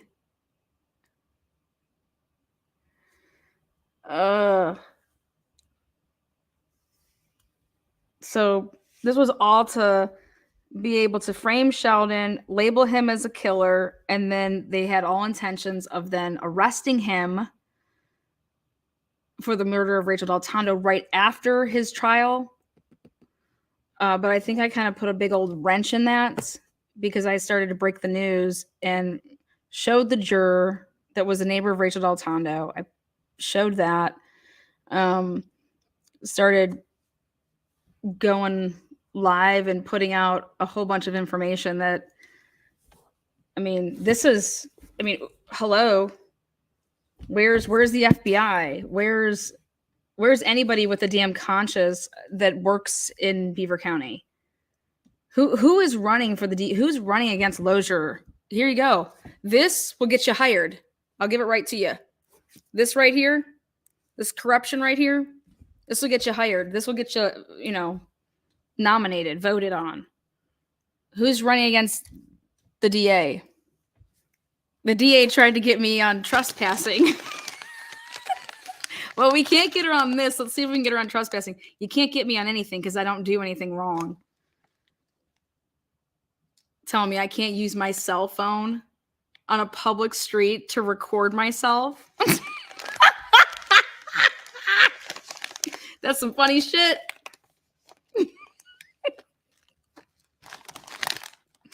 Oh, hell. Y'all are wild. Y'all are wild. I'm telling you, man. This idiot, the DA, he writes somebody an email and he includes me in on it. He did reply to all. Sends it to Lana. And I'm like, what? So I made sure I sent that on down to a civil attorney over there in Beaver and said, looks like my civil rights here are about to be violated. Well, you have to wait till they violate them. Once you get arrested, I can go ahead and do something about this. I said, okay, well, I'm not trying to get arrested. They're like, well, they need to violate your civil rights, though. I was like, well, this seems like they're plotting to do that. Yeah. Did you guys not know about that? You guys want to see the email? What a major dipshit. I write to the housing authorities that they're all wackadoo over there. And then he meant to forward it to DA Lozier. Includes me. Then DA Lozier responds to just, he thought, Brian, the Beaver County Housing Authority, bigwig. Well, no, he replied all and sent it to me. And so I have him and his wonderful plan to violate my civil rights. Well, we can't get her on the wiretapping law here. Oh, because I live in Ohio and I recorded somebody. Yeah, it's one party. But we could try to get her on some trespassing. Trespassing where? Like, what are you talking about, man? Thank you for the membership. Where was Lana trespassing? Lana was trying to record herself on a public street in the middle of Keel Street. Yeah, I was laying dead in the middle of Keel Street. I outlined myself in chalk. Said no whatever. They said that I couldn't record. I was recording for Jamie Brown. I was doing the Jamie Brown case, and I wasn't allowed to record with my cell phone myself on a public sidewalk in a public street. I said, since when? I said, what about all these people that drive around in their cars and they're TikToking away like, yeah, I look so good. Look at me and my selfie. Oh, yeah. I said, are you pulling people over? Is that against the law now, too? Just some wild shit over there in Beaver County. I don't know what's going on, but did you laugh at him? No, he doesn't. They give me a call. What are they going to say? I just, here you go. And then he goes live in a press conference and tells people that this has been a long time coming after they arrested Sheldon. Wait, what's been a long time coming?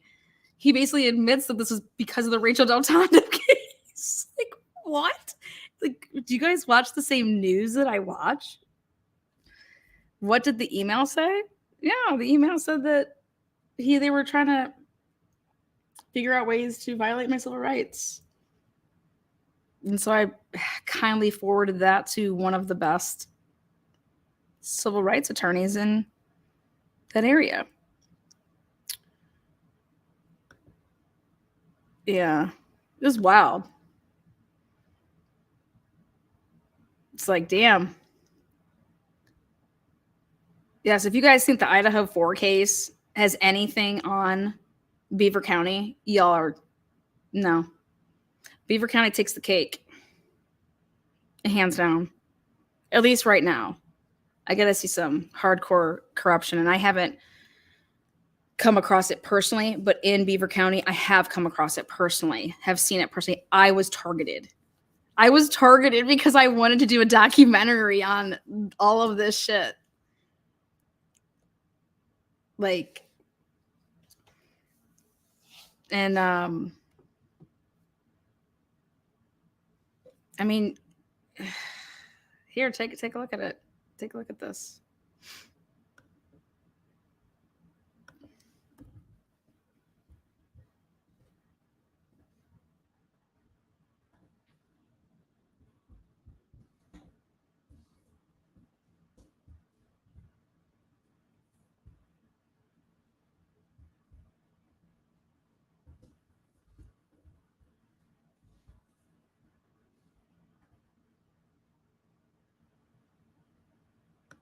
Check this out.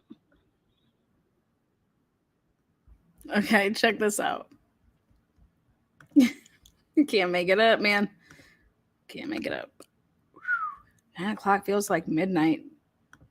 Here you go. Check this out.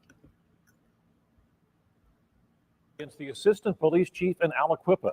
Good afternoon. I'm Stacey Smith. And I'm Christine Sorensen. Joseph Percival is accused of sending an inappropriate video to an underage girl. Andy Sheehan is live in Aliquippa with the latest. Andy. Well, Christine, Joseph Percival had a very brief time as acting police chief here in Aliquippa. County detectives arrested him this morning here on corrupting the morals of a minor, throwing this department and the Rachael DelTondo investigation into disarray. Percival, who's been acting chief less than 2 days, was arraigned this morning and released on $5,000 unsecured bond. He's charged with disseminating sexual material to a minor, corruption of minors, and contacting minors with obscene material. According to the criminal complaint, he sent a group text to parties, including a 17-year-old girl, a video showing a half-naked woman urinating on a swing. The minor is believed to be Lauren Watkins, who was with Rachael DelTondo the night of the murder. She is also the daughter of Lieutenant Kenneth Watkins, who is on leave pending the outcome of the murder investigation. The text was sent 2 days before the murder and was apparently seen by Watkins' father, who replies, quote, "My daughter is too young to see this," to which Percival replies, quote, "She is 21. A text reply states, "No, 17. The text messages were discovered by county detectives when they confiscated Lauren Watkins' phone as part of the DelTondo investigation.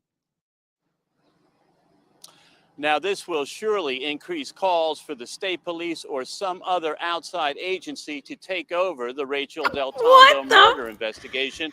Right now, it is unclear just who is in charge of the Aliquippa police, but the investigation goes on. We will have more on this developing story and this continued confusion surrounding this department. Good old Annie Sheehan wanted to, let's see, what else we got going on here? Let's see. David Lozier.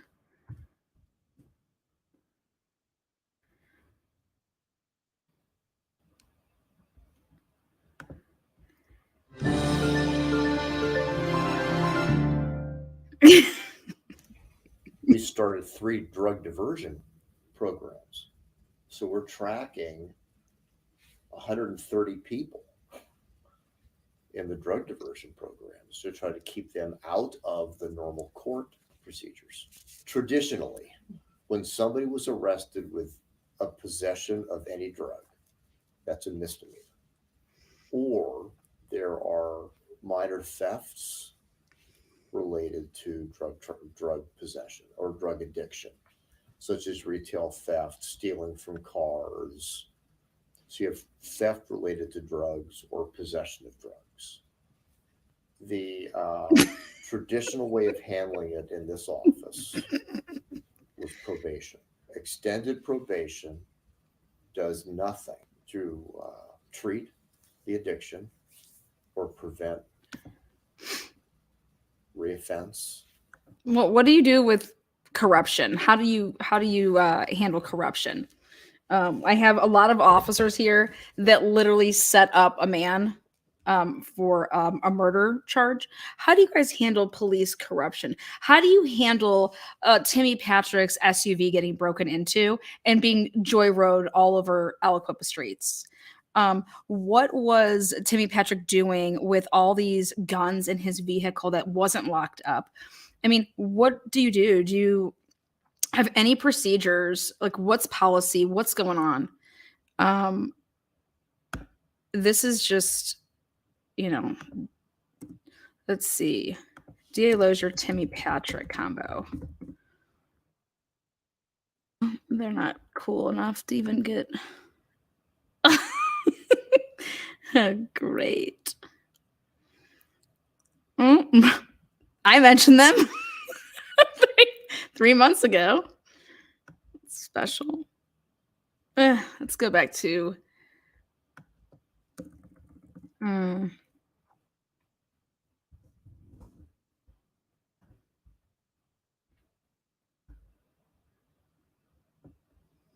Is this really him? Let's see. Oh, Lord.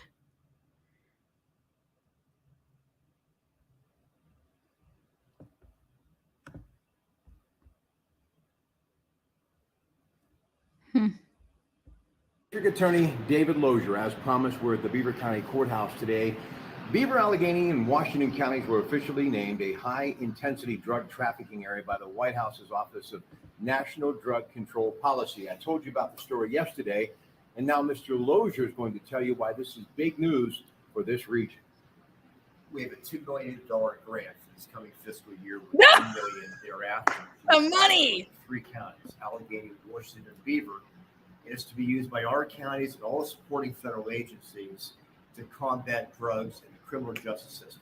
So investigation of crimes, prosecution, and the equipment and the talent to do it. You know, one of the things we talked about briefly yesterday while we were not filming. Okay, so then why isn't Carlisha Williams being prosecuted and actually following through on this fentanyl ring in 2016, 2017 that she then pled guilty to in 2020, only to then set up her cousin and not serve any time? So what's up? What are we doing about that? What's going on? Oh, what? What did you say? Next question. And I found very intriguing once I got the press release that you sent me late yesterday afternoon. You're already sharing information, but this will really make the process a lot easier between Washington and Allegheny County, right? Right. We work with Allegheny County, Washington County, Lawrence County every week. We have the DEA, the FBI, the U.S. Marshal Service in this courthouse. We're in the county every single week working on these drug cases. But this money provides a staff level and provides us with equipment and ability to share intelligence, which is crucial. Tell the audience, because of the fatal overdoses, why this was. You guys, this has only gotten 20 views 4 years ago. What? 20 views? No thumbs up, no thumbs down? Well, I guess I'll give it a thumbs down. I mean, it's not his fault. It's not Rob's fault. Thumbs up. 20 views. It's 20.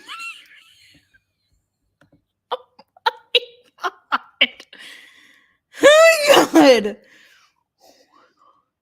Oh my God.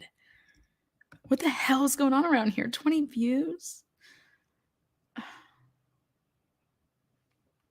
God, can Beaver County get off your asses and go vote?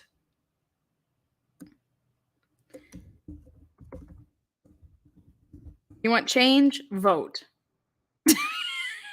It's mine. Oh, it's funny. Beaver County, PA, DA Leisure's right hand, Aaron Boyd, Timmy Patrick exposed. Oh, shit. That's funny. Oh, there's Lana. No one. Jeez, maybe I have to put in like Timmy Patrick, Beaver County or something. Nobody talks about these people? Oh my God.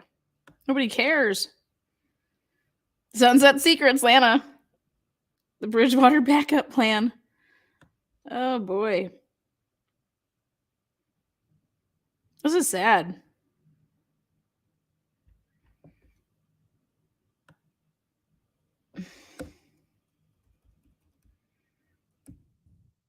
Maybe if I go this way.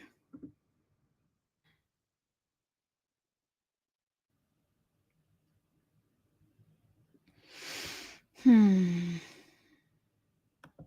more than a week and still no arrest in the murder of a former teacher in Aliquippa. Tonight, though, police are looking into a version of events reported by one of the last people to see Rachael DelTondo alive.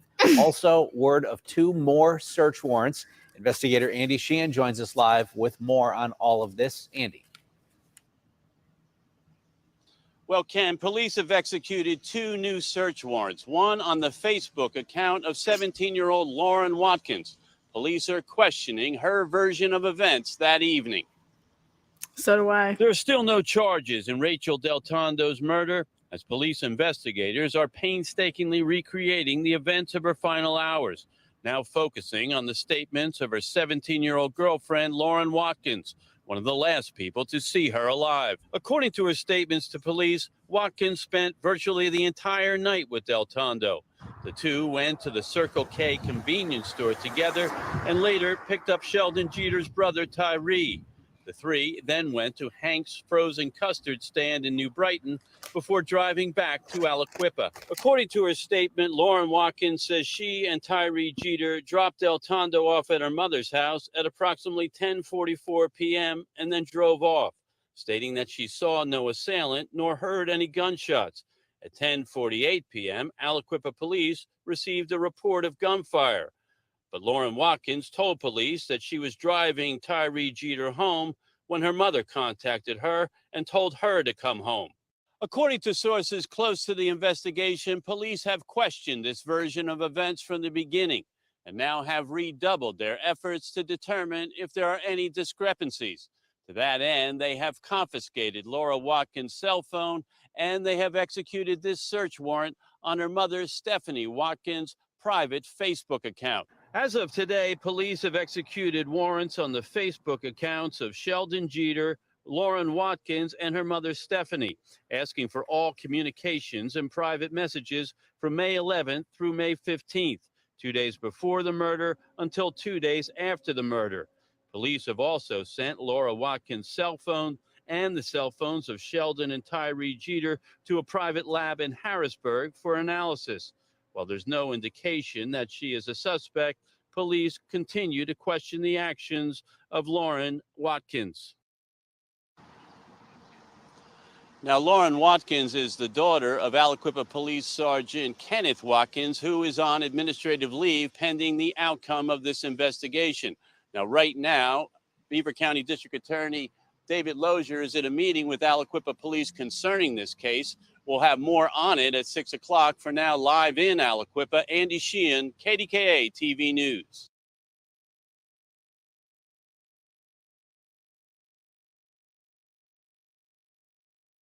There is a possible breakthrough in the nearly 3-year-old unsolved murder mystery of 33-year-old Rachael DelTondo. DelTondo was killed outside her mother's Beaver County home on Mother's Day of 2018. Thank you for joining us. I'm Stacey Smith. And I'm Kim Gable. Now, years later, there are new major developments. KDK investigator Andy Sheehan has this story new at 6. KDK Investigates has learned that for the past 18 months, a state investigating grand jury has been weighing all the evidence in the murder of Rachael DelTondo. That grand jury is wrapping up and is soon expected to recommend criminal homicide charges be filed in that case. When? How long has it been? Where do you guys get your information from? None of this is true.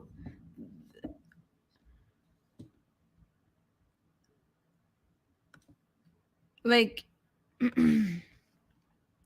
this was 1 year ago, it says, but we'll get the exact date. March 9th, 2021. So Sheldon had trial for Tyreek Pute June 1st, just so you put that in perspective. But here they said that they are going to, grand jury expected to soon recommend filing of homicide charges in the case of Rachael DelTondo. CBS Pittsburgh. Bless their hearts. For the past year and a half, a state grand jury has considered evidence against a number of potential suspects, but has focused primarily on Sheldon Jeter. Without a murder weapon or eyewitness, prosecutors have presented a case against the one-time DelTondo boyfriend. His attorney believes to the exclusion He's never been of her others. boyfriend. Well, not being privy to what's in the grand jury, of course, it would be our position that there's circumstantial evidence against many individuals. Jurors were tasked with weeding out those with motive to harm DelTondo. Jeter, who is currently in jail awaiting trial on another homicide, was not called. One person who did testify is Frank Catropa. Says who? Who's your source? Frank tell you that? Did Frank tell you he testified? Get the fuck out of here.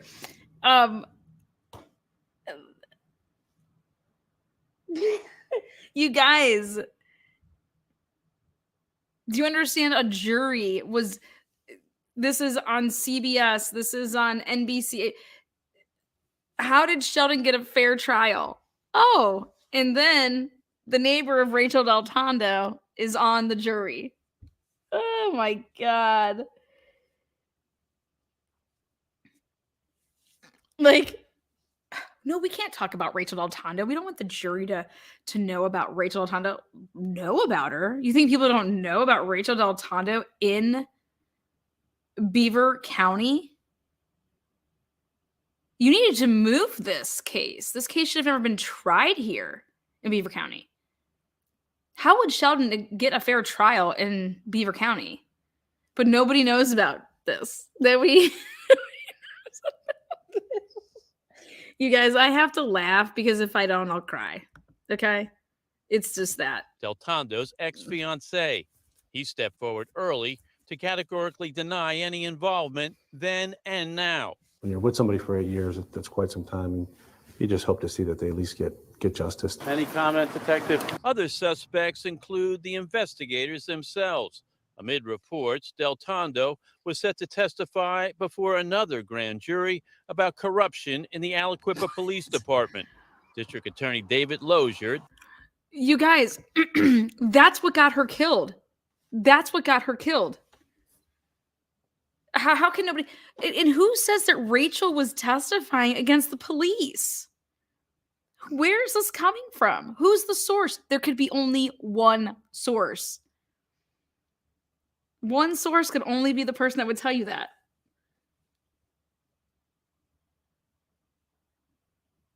This is just wild. This is wild.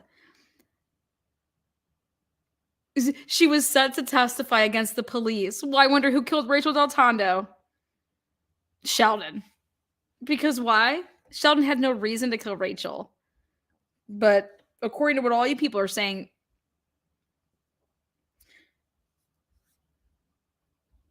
this is wild. Rachel's phone records, according to my source, are so sloppy that it would take down all these people because they were all trying to hit it. Okay? That's what my source has said.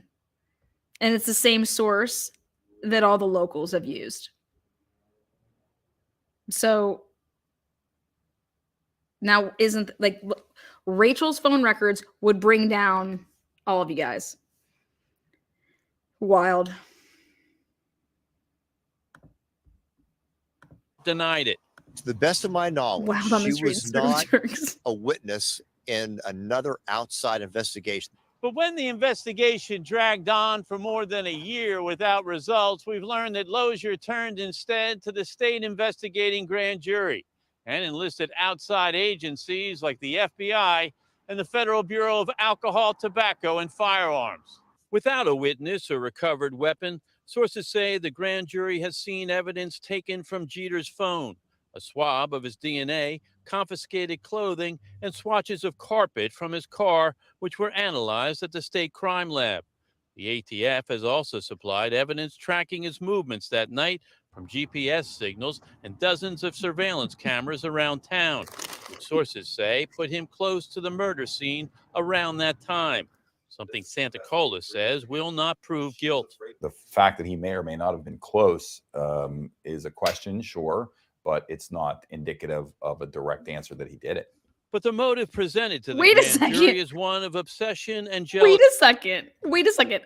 Lauren Watkins and her friend Tyree Jeter literally drop Rachael off at 10:44, and she is blasted at 10:45 with a hail of 9 bullets in the back, not in the front, in the back, right where she dropped her off. Literally, like, we have text messages between two people that live right behind her house at 10:45 saying oh my God, I just heard these gunshots. She's writing her wife who's at work and she's in the bathroom. And it's at 10:45, the text messages are.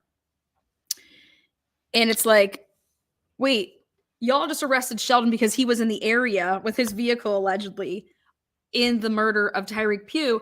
But in the murder of Rachael DelTondo, these two people drop her off and literally she is ambushed and shot 9 times in the back. And which they've all tried to hide that it was 9 times in the back. She was shot 9 times in the back, not in the chest, facing you behind. That's not a crime of passion, folks.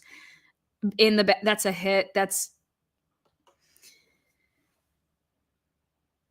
But Tyree Jeter and Lauren when you were talking about, they were in the area, they were in the same location as where she was laying dead. 1 minute. Like, this is crazy.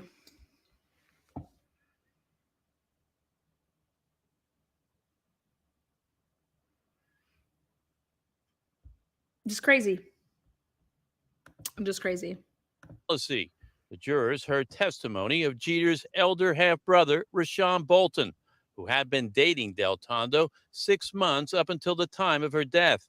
Bolton testified he was out of town the night of the murder, but recounted an incident with DelTondo when the couple encountered Sheldon Jeter, who was visibly upset at seeing them together.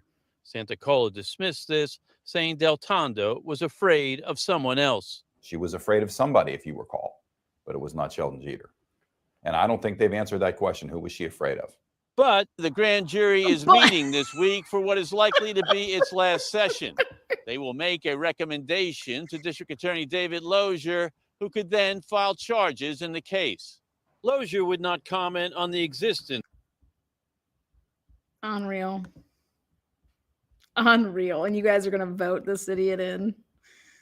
March 9th. You guys, it's February of 2023. This was supposed to happen, and they were waiting for Sheldon to get convicted of Pugh's murder to then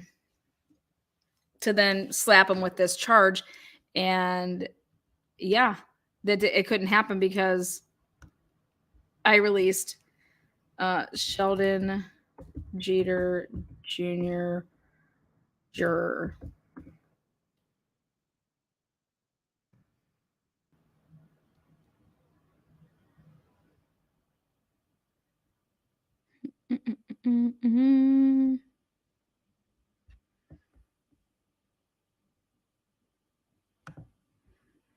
Tonight, a KDKA exclusive. New developments in the Sheldon Jeter trial that could put last week's guilty verdict in jeopardy. There are now serious questions about the impartiality of one of the jurors who voted to convict. KDK investigator Andy Sheehan reports on how the newly uncovered information may put the verdict in doubt. How'd you get that information? Learned that juror actually lived next door to Rachael DelTondo, the school teacher with whom Sheldon Jeter was once romantically linked. Where'd you get that information from, Andy? Where'd you get that information from?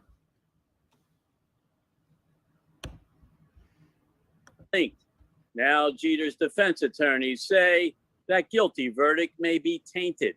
What would be the chances? The unlikely event that a juror, whom we are not identifying, impaneled to weigh the fate of Sheldon Jeter in the shooting death of Tyreek Pugh would actually be the neighbor of Rachael DelTondo, the woman with whom Jeter was once romantically linked. DelTondo was shot several times in the driveway just feet from the home we've confirmed is owned by the female juror's parents. We're definitely concerned about it. It's hard to imagine that a neighbor of the DelTondos would end up on a jury for or against Sheldon Jeter. Though he's never been formally named a suspect, Jeter has been under investigation in connection with the DelTondo murder for the past 3 years. An attorney, Santacola, says with the case's national attention, the jury had to know of Jeter or have had strong feelings about him. And that is potentially prejudicial in her decision in rendering a verdict? Yeah, of course. I think it would be overtly. It could be No, not at all. prejudicial, and even subconsciously it could be prejudicial. Ridiculous. We knocked on the door of the house, but the juror's mother said her daughter was not home. The mother gave us a phone number, but the woman did not return our calls. District Attorney David Lowe. Wait, these are the people that were bothering? These were the people that were bothering the juror? Oh my God. This whole time, they were trying to say that I never went up to nobody's. I didn't need to do any of that. I video recorded the girl walking to her house, getting into her house, putting her little car thing up for the sun beating on it, and just couldn't believe it. I was like, I'll be damned. What are the odds? I mean, Buchanan Street, it's named, everybody knows Rachael DelTondo lives on Buchanan Street because it's everybody just like they talked about it. And they said that now we found out who was bothering. Here you guys go. Well, it's not Lana. It's Andy Sheehan. Andy Sheehan's over here knocking on people's doors and calling them. Andy, why are you bothering a jury member, a juror? What are you doing? I never knew this. I don't watch these idiots. Oh my God. Lana didn't do anything of the sort. Bless them. Bless this girl. Oh God. Oh my goodness. Lozier also did not return our calls asking for comment. In selecting the jurors 3 weeks ago, the defense attorneys and the prosecutors specifically did not mention the DelTondo murder. Sandicola says the juror should have spoken up before being impaneled. I don't want to say that she wasn't truthful. Maybe she didn't realize it at some point in time, but I think through the course of the case, it's more likely than not that she was you're an aware idiot. of who he was and what his how his name was involved in the other case. Now, Sandicola says he and the rest of the defense team will be reviewing the questioning of that juror, and after which they'll decide whether to petition for a mistrial. If that is granted, the whole trial must be tried again. Reporting Squirrel Hill, Andy Yeah, Sheehan, baby. KDKA News. Woo! I did that. I broke the news. KDK investigates, uncovering more I problems. double scooped mainstream media. Double scoop, sesh right there. Ridiculous. Horrible. Horrible. They're over here like Sheldon's guilty. Sheldon didn't kill nobody, and you're either racist or you're blind. Pick one. Pick both.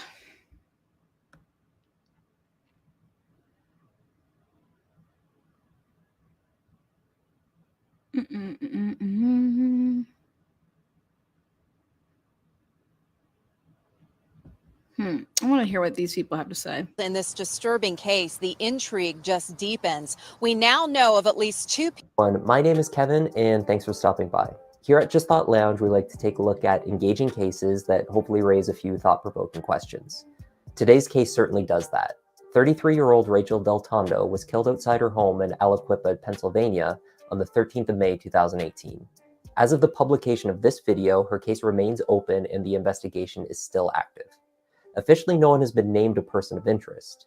Depending on how you look at it, however, there are either multiple suspects in this case or the official narrative that there are no suspects at all. Part of what stands out about this case is how all of those involved are interconnected. In this relatively small town, everyone seems to know everyone, which confuses the picture of what happened here quite a bit. You'll see what I mean. Without further delay, this is the tragic and messy story of Rachael DelTondo.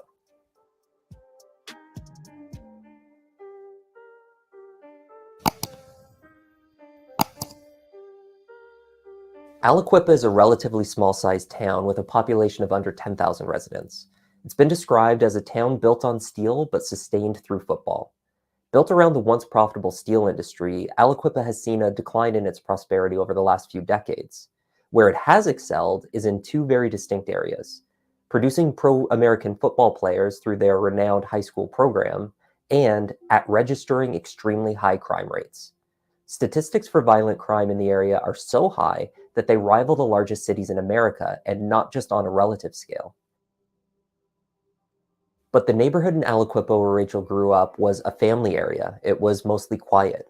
Rachael was an elementary school teacher at the Pennsylvania Cyber Charter School in Midland, which is near her home in Aliquippa. Rachael has been described as poised and charismatic with a big heart, and she absolutely loved children. At the age of 33, she still lived with her parents, Lisa and Joe. They were a traditional Italian family and household. As such, Rachael didn't think that she should move out until she was married. This arrangement was agreeable to everyone. Rachael had a great relationship with her parents and was exceptionally close with her mother. In 2016, it looks like Rachael was set to make the move from her parents' home after all. Her longtime boyfriend, successful local businessman Frank Catropa, flew her off to Paris and proposed marriage. Rachael accepted and began planning an extensive and beautiful Italian wedding. Plans appeared to be moving along at a clip. Rachael had placed a down payment on a nearly $10,000 designer wedding dress, purchased $3,000 shoes, and locations for the ceremony and receptions were scoped and deposits made. Then, Frank asked Rachael for a prenuptial agreement. At this point, plans came to an abrupt halt. Frank says at first, Rachael did not mind the idea that much. I want to say thanks to Joe. I did receive your kind Cash App. Thank you so much. I honestly, I haven't looked at my phone in like a minute. Just saw it and wanted to say thank you very much. That was very kind.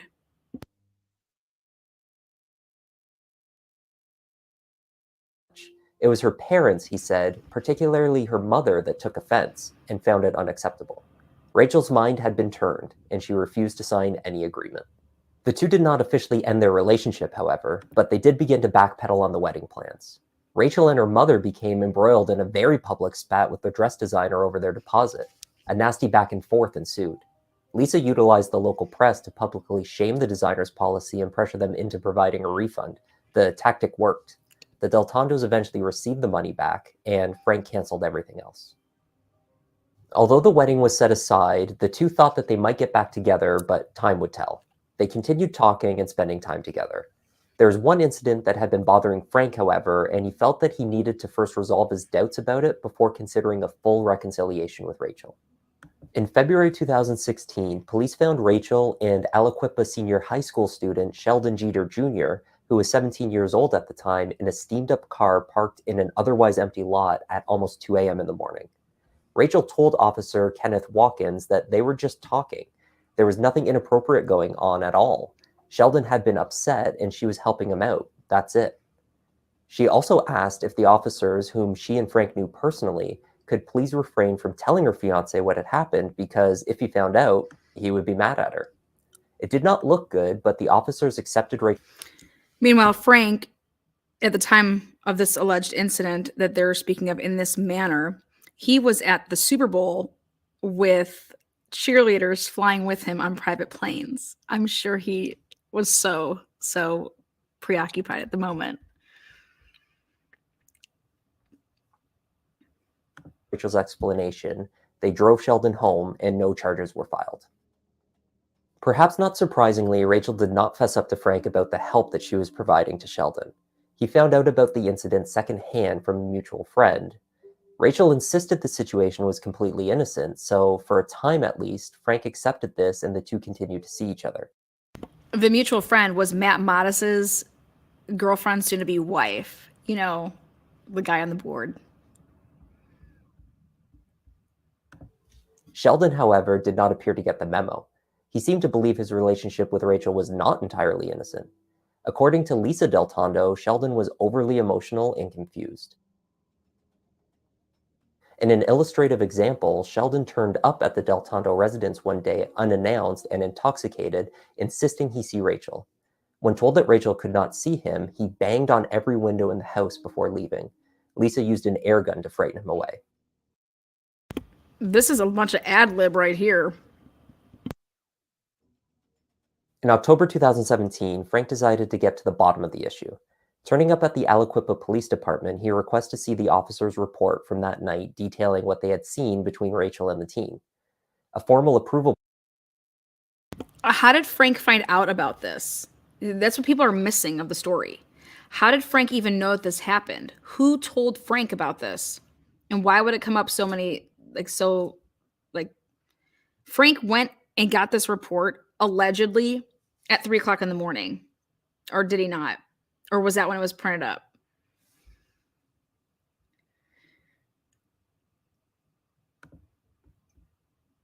Process and request is required to obtain these types of police records. Accounts from the Aliquippa police on that day vary regarding who in the department allowed Frank access. He never filled out a request act.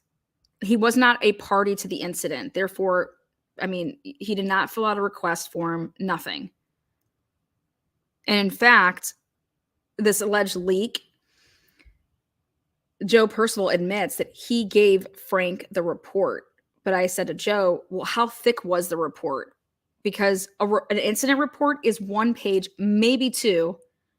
How thick was this envelope? Because it pertained all of their private information, meaning like their social security. It was like a FBI.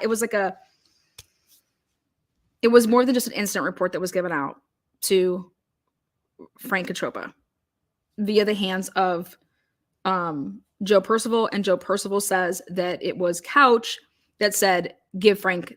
And he said, no, you give Frank the fucking folder. Access to the paperwork. The assistant chief, Percival, claimed Chief Couch was close friends with Frank. It's Frankie. Just give it to him, he says. Regardless, no formal request was made, but Frank left the station that day with the documents. And he was visibly upset. The version of events Who set saw out in the him report visually? did not align Wait with a second. Rachel's version. Wait a second. Apparently, she told Frank that they Wait a second. Who said that he was visual? Were you there? This is. See, so I just gotta set the way that I'm gonna get more views is I'll just fucking embellish the shit out of everything. This is wild. Who said that he was visibly upset? were discovered much earlier in the night, not 2 a.m. for one. And they were not in a parking lot of a store retailer, but an abandoned lot of an old hospital much farther out. To add to the confusion, Yeah. So how did anybody find them? Were they following Rachel? Who knew that they? Oh boy. Just wild. This is just wild. the report was not written directly following the incident. It was written more than a year later. Despite police insistence that they found no crime had taken place and no charges needed to be made, they, for some inexplicable reason, decided more. If something isn't typed up and written till a year later, this was the most detailed thing. I have the report. I was like, who remembers all of this like word for word stuff? As I continued to approach the driver's side of the vehicle, I noticed that the driver's side window Fran Conkle. More than a year later that the encounter needed to be documented.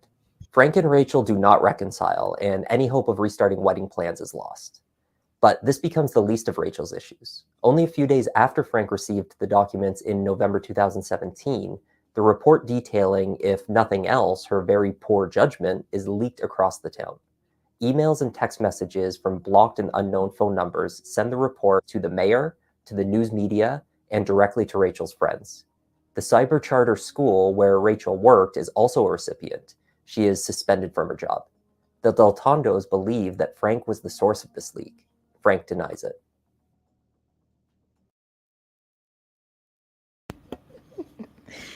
Either Frank did it or somebody set him up. Either Matt Modest, in my opinion, did it, or one of Frank's, himself or his like little employees did it. But nothing happened. Nobody's. This is wild. Attorney David Lozier called a personal vendetta. As you all probably know, there was a family, some family members that were angry at her over some personal issues. The district attorney called this a personal vendetta. Was he referring to your client? He was not. He was not. Katropa and his attorney addressed the matter, saying the breakup with DelTondo had nothing to do with Jeter, and Katropa knows nothing about the murder. We wanted to be very, very clear publicly that Frank Katropa has absolutely nothing whatsoever to do with what happened.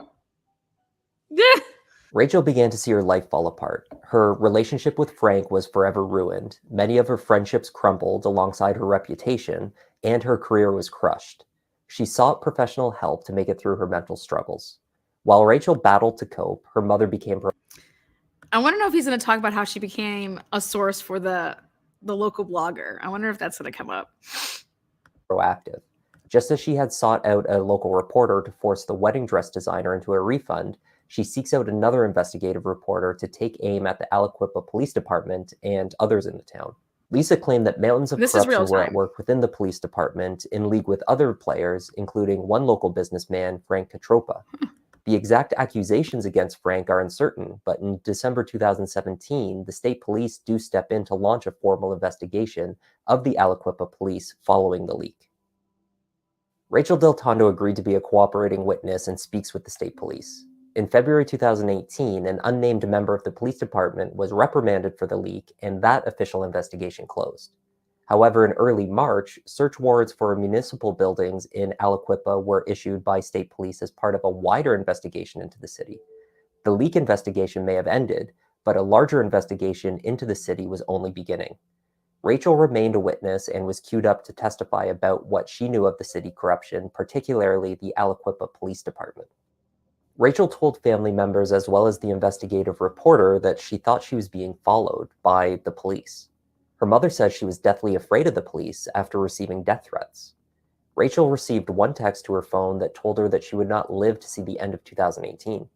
Her aunt has also confirmed publicly that Rachael told her of these threats, but says that she now regrets saying anything. The day that Rachael was killed was Mother's Day in the US, the 13th of May, 2018. Rachael was out with her friend Lauren Watkins, a 17-year-old who was an ex-student of hers. The two had since grown close. They had driven around town a bit chatting and then decided to go to Hank's Frozen Custard to grab some ice cream. They texted a mutual friend, Tyree Jeter, to see if he was interested in joining. The pair stopped off at Rachael's house very briefly so that she could pick up a sweatshirt. Rachael told her mother that they were going to Hank's and said goodbye. They picked up Tyree on the way over. It was about 10:40 p.m. when Lauren and Tyree returned Rachael to her house. Lauren watched while Rachael reached the side door to the house, opened the door, and then they pulled out the drive and left. Just inside the door of the house, only a few feet away, sat Rachael's father, Joe, in his usual evening spot, a chair within a few feet of the door. He does not hear his daughter approach, and he does not hear anyone open the door. Less than 5 minutes later, neighbors reported hearing at least 6 gunshots ring out across the otherwise quiet neighborhood. Rachael died at the scene, shot several times. She was just outside her parents' home on the drive. One police officer, Kenneth Watkins, is turned away from the scene when he arrives. Officer Watkins had been one of the 2 policemen who had discovered Rachael in the car. He shows up to the scene, and it is alleged that he came through the tape. And my source says that he came to the tape because one of the officers asked him to come through the tape and to talk to him, because they said that they wanted to talk to Lauren. Hey, where's Lauren? We want to talk to Lauren. Other people there said that they saw him on the ground trying to pick stuff up. The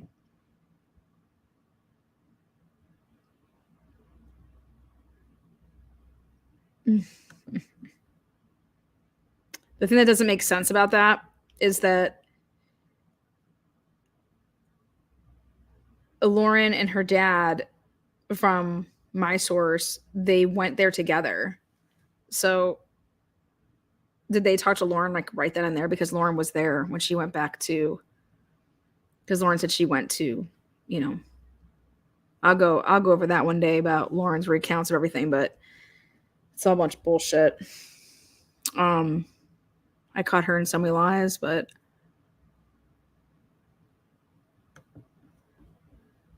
she's young, scared, lied, you know, whatever. But it's, if you truly cared about somebody, you'd move away, tell the truth. Are with her young student 2 years before. Crazy. But he was also a close friend of the DelTondos and Lauren's father. He was placed on critical instant leave and removed from the case. Reports would emerge later that a private letter was sent by another Aliquippa police officer accusing Officer Watkins of contaminating the scene. No further information was made available on this point. The chief of police at the time said it was an internal matter, and the county district attorney insists there is nothing there. The guy that ends up taking over police of chief over Joe Percival is the person, Sealock, who said that Watkins was and contaminated the scene.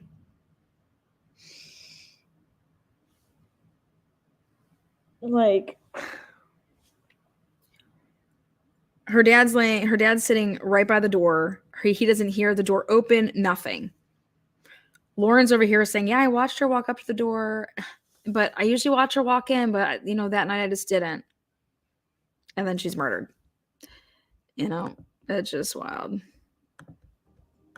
Theories of what happened to Rachael that night were mixed with rumors both in Aliquippa and the broader news media. So just kind of on a cursory level, because we don't know anything really, something just sounds strange to all of this.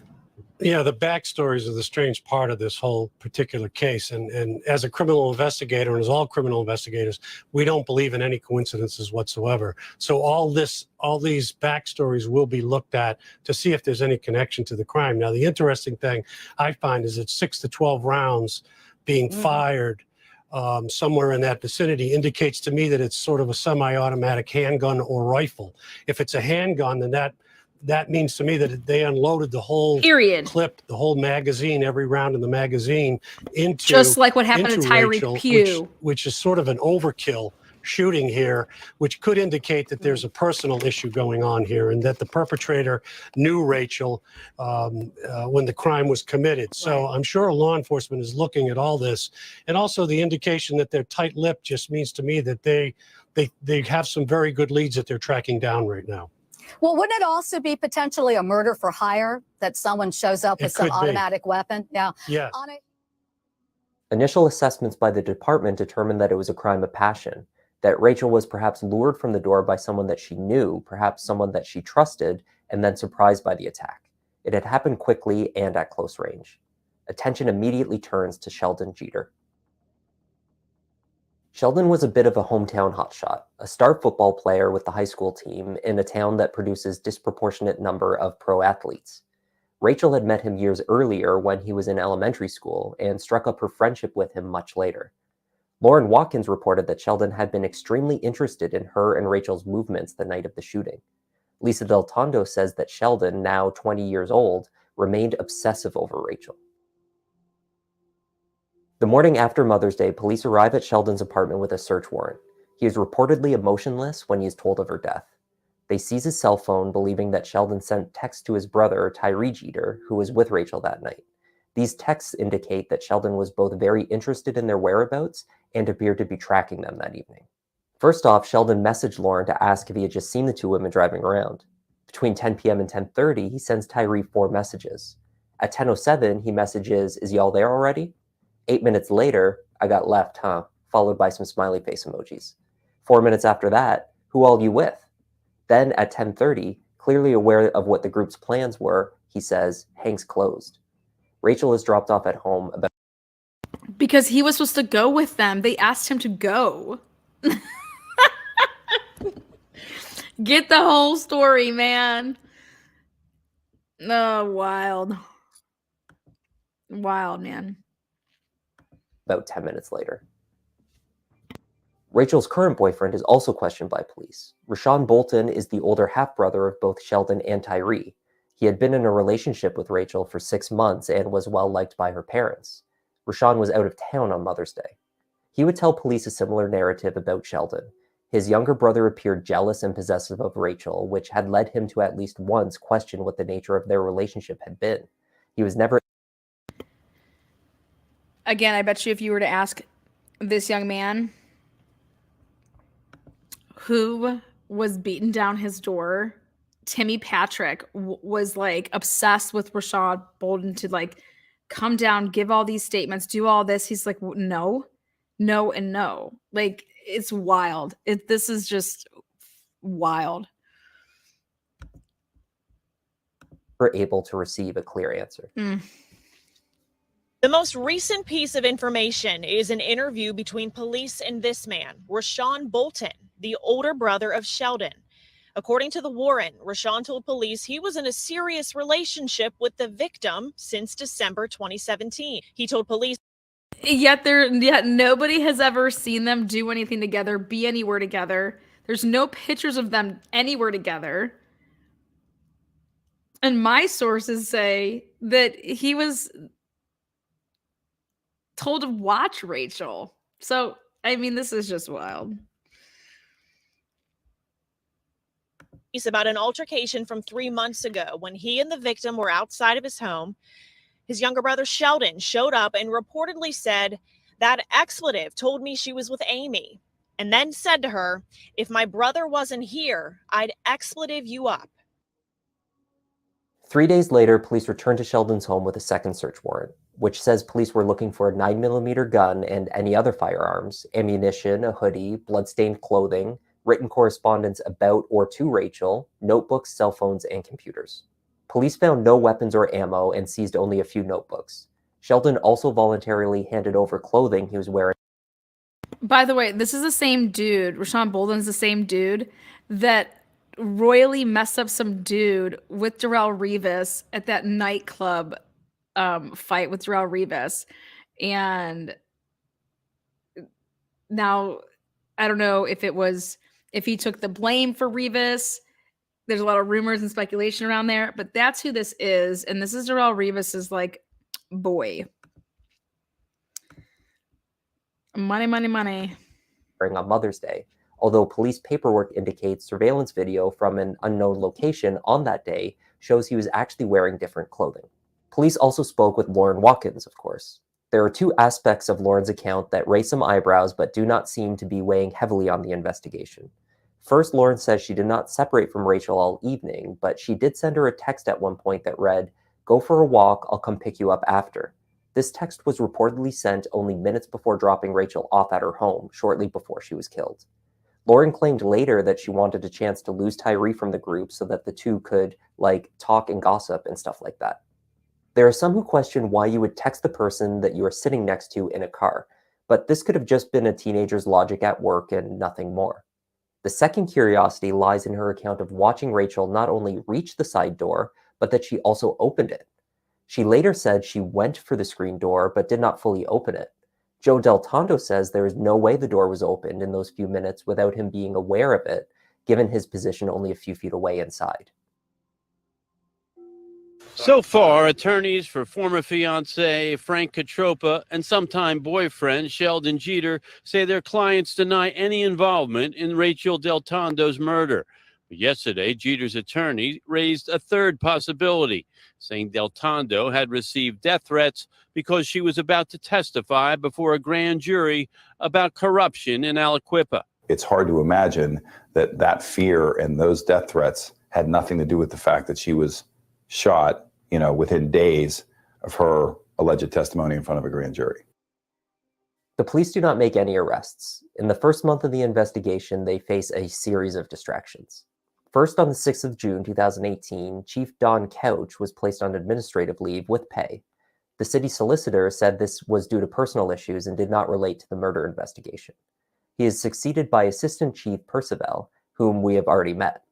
Chief Percival lasts 2 days. On the 8th of June, he is charged with distributing explicit material, a video apparently, to a 17-year-old girl. He claims this was done in error. The girl in question, Lauren Watkins. Oh, God! Listen, y'all. This is all about what Aliquippa does is they try to muddy your waters to try to discredit you when you are about to unleash the hammer on their asses. They try to do it with me, but it's not going to happen. That's what they do. They muddy waters. They muddy your waters so that you seem not credible when going to unleash the truth about them. This is all going on literally right after Rachel's homicide, to the point that Joe Percival wasn't even involved. He's the assistant police chief, never involved with Rachel's homicide investigation. And he was the assistant police chief. And I said to him, I said, "What are you talking about, man? What do you mean you weren't involved?" He's like, "Yeah." I asked them if they wanted me to come in that night. And they said, Couch said no. So because the local blogger did not like Couch, Matt Modis fired or got the Couch fired because the local blogger didn't like him. Because the local blogger was going to write about somebody, and Matt Modis is like, "You're not going to write about me, so what do you want me to do, man?" Literally, you can't make this shit up, but it was all about, muddying everybody. This was all mudfest, and from my source, said that Pennsylvania State Police wouldn't touch this case, wouldn't take it off the hands because it was so effed up in just a matter of, and I was like, "What are you talking about?" Timmy Patrick was there that night. ISP, they were involved.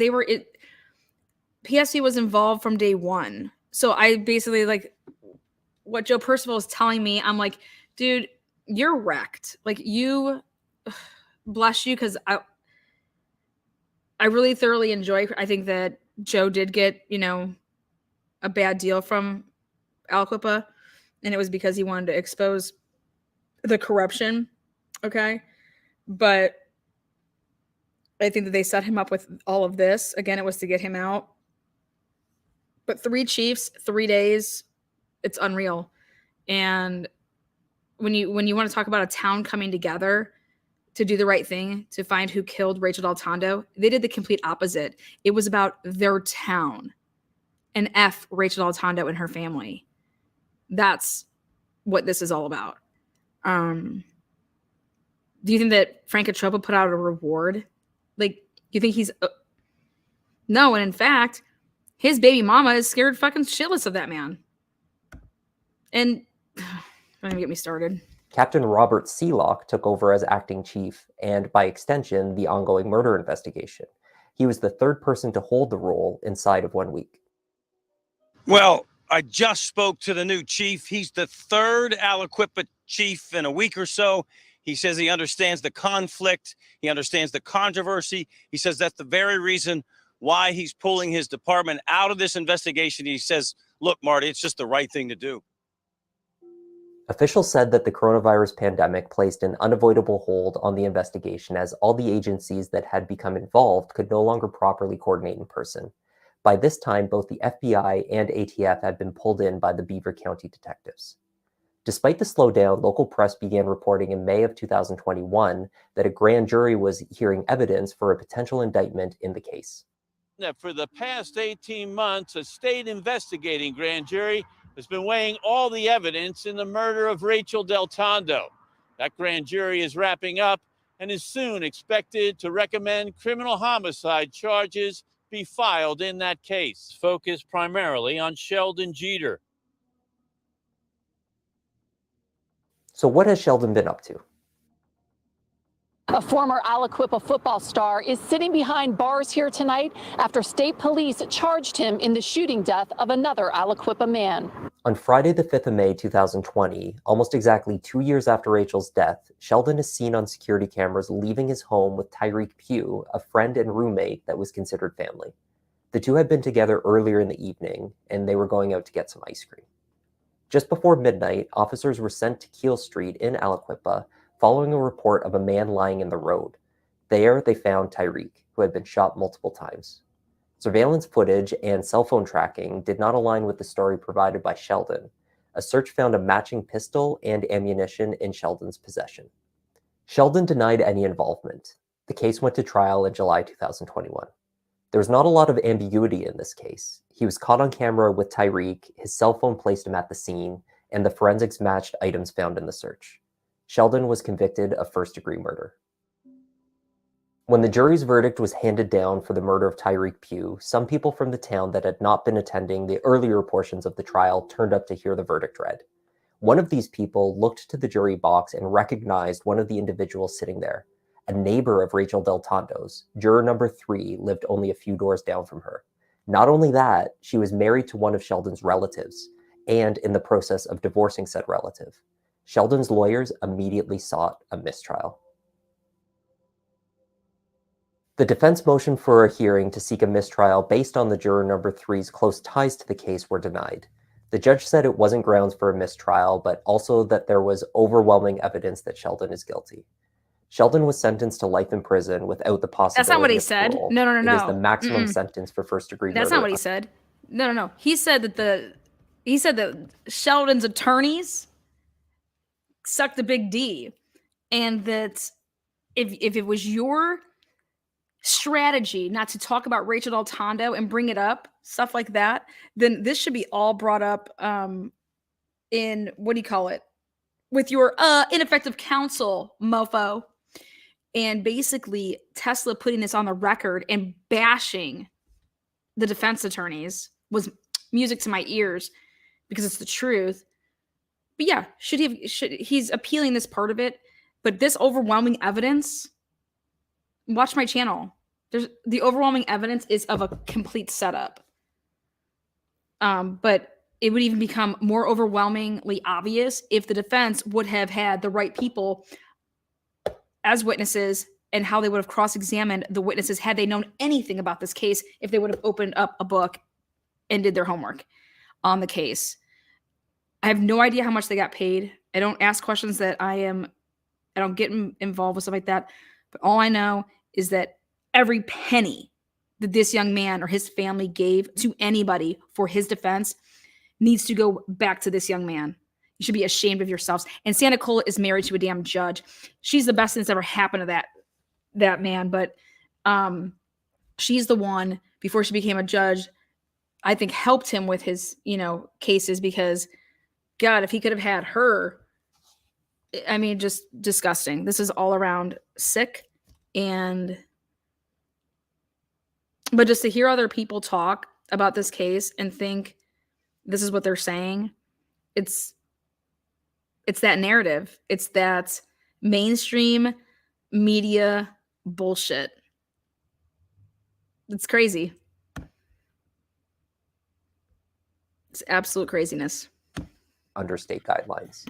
The last news of a potential indictment for Rachel's case was in May 2021, and so far, no charges have been made and no suspects have been formally named.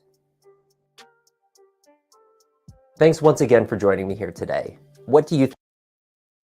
What do I think? I want to know I want to know. I'm going to write him and say, you need to watch my shit. Then you can comment on the Rachael DelTondo, anything Aliquippa. But yeah, someone just brought it up, said, yep, and you go back and you look at the Brian Kohlberger situation. And you're absolutely right. So the mainstream media narrative, you know, if I looked at all this stuff, I read it to you guys. I'm not making it up. If I would have looked at all this stuff about Sheldon and said, okay, yeah, I mean, shit, he did it. Like, it's all right here. I mean, Jesus, it's bad. It's bad. It's not, though. It's not. And I think the only thing that Sheldon is guilty of is he kept his mouth shut, and he probably could have threw his family under the bus at certain times. And I think that Sheldon didn't do that. He's not a rat. He didn't say anything. He put a lot of, I've had the pleasure of talking to Sheldon numerous times, and he put his faith in, you know, God, that this is all going to work itself out. It'll get worked out. It'll get worked out. They arrested him so quickly, and that was part of their strategic plan because they couldn't have people talking to each other. And then his defense team. I mean, if you think that Sheldon has seen any of this stuff that we're talking about, no. How many times do you think Sheldon's defense attorneys met with him, talked to him? It's sick.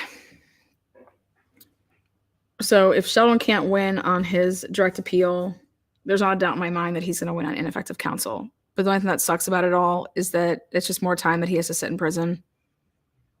He's been in prison since the 16th of May of 2020.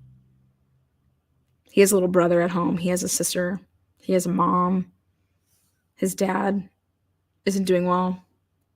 His dad came around, later in life, but so his dad. He has a grandfather that loves that boy so much. He has uncles, aunts, cousins, friends.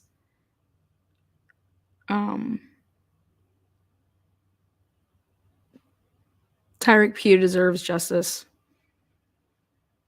And justice is not through Sheldon Dieter Jr. sitting in prison for the rest of his life. If I was the family of Tyreek Pugh, I'd want the truth on what happened to my loved one. Same thing with Rachael DelTondo. And this young man isn't the answer. So, but that's all I got. Is he in jail now, Sheldon? Absolutely. He's in prison. Hopefully not for long. And I just urge you guys, if you're out there and you see this and you have something that would help, you can give it to people anonymously. I can't sit here and say that I'd give it to the police because that ain't gonna get that's not gonna go anywhere. So if you've ever given anything to the police in this case and you still have it, I'd find a way to, get it to Sheldon's family. But that's the truth. It's sad.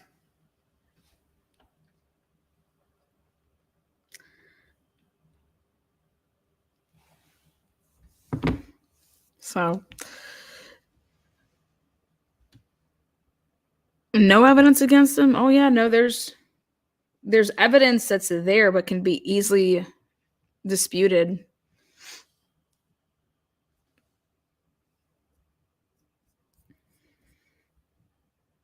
Can you imagine not calling anybody to the stand as a defense attorney? Just wild.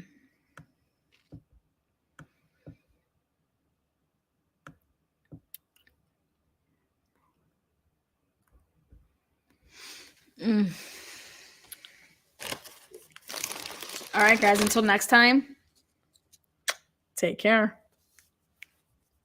Truth and transparency, over and out. Thank you to all the members, subscribers, and especially the moderators. Love you guys. Love you guys. Love you guys. Love you guys. Make sure on your way, thumbs up or thumbs down the video. Make yourself known. If you like it, awesome. If it wasn't your cup of tea, again, you have a voice, you have a thumb, use it. Until next time. Mary Lou, thank you. Oh, all saying you have the best timing ever. Again, JJ, thank you for the super chats. You rock as well. Yep, thank you. Keep the prayers coming. I do think he has a chance.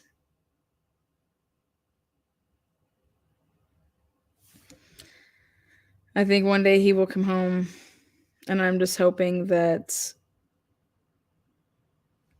it's in the next couple years, because the justice system, an appeal, and it takes a long time.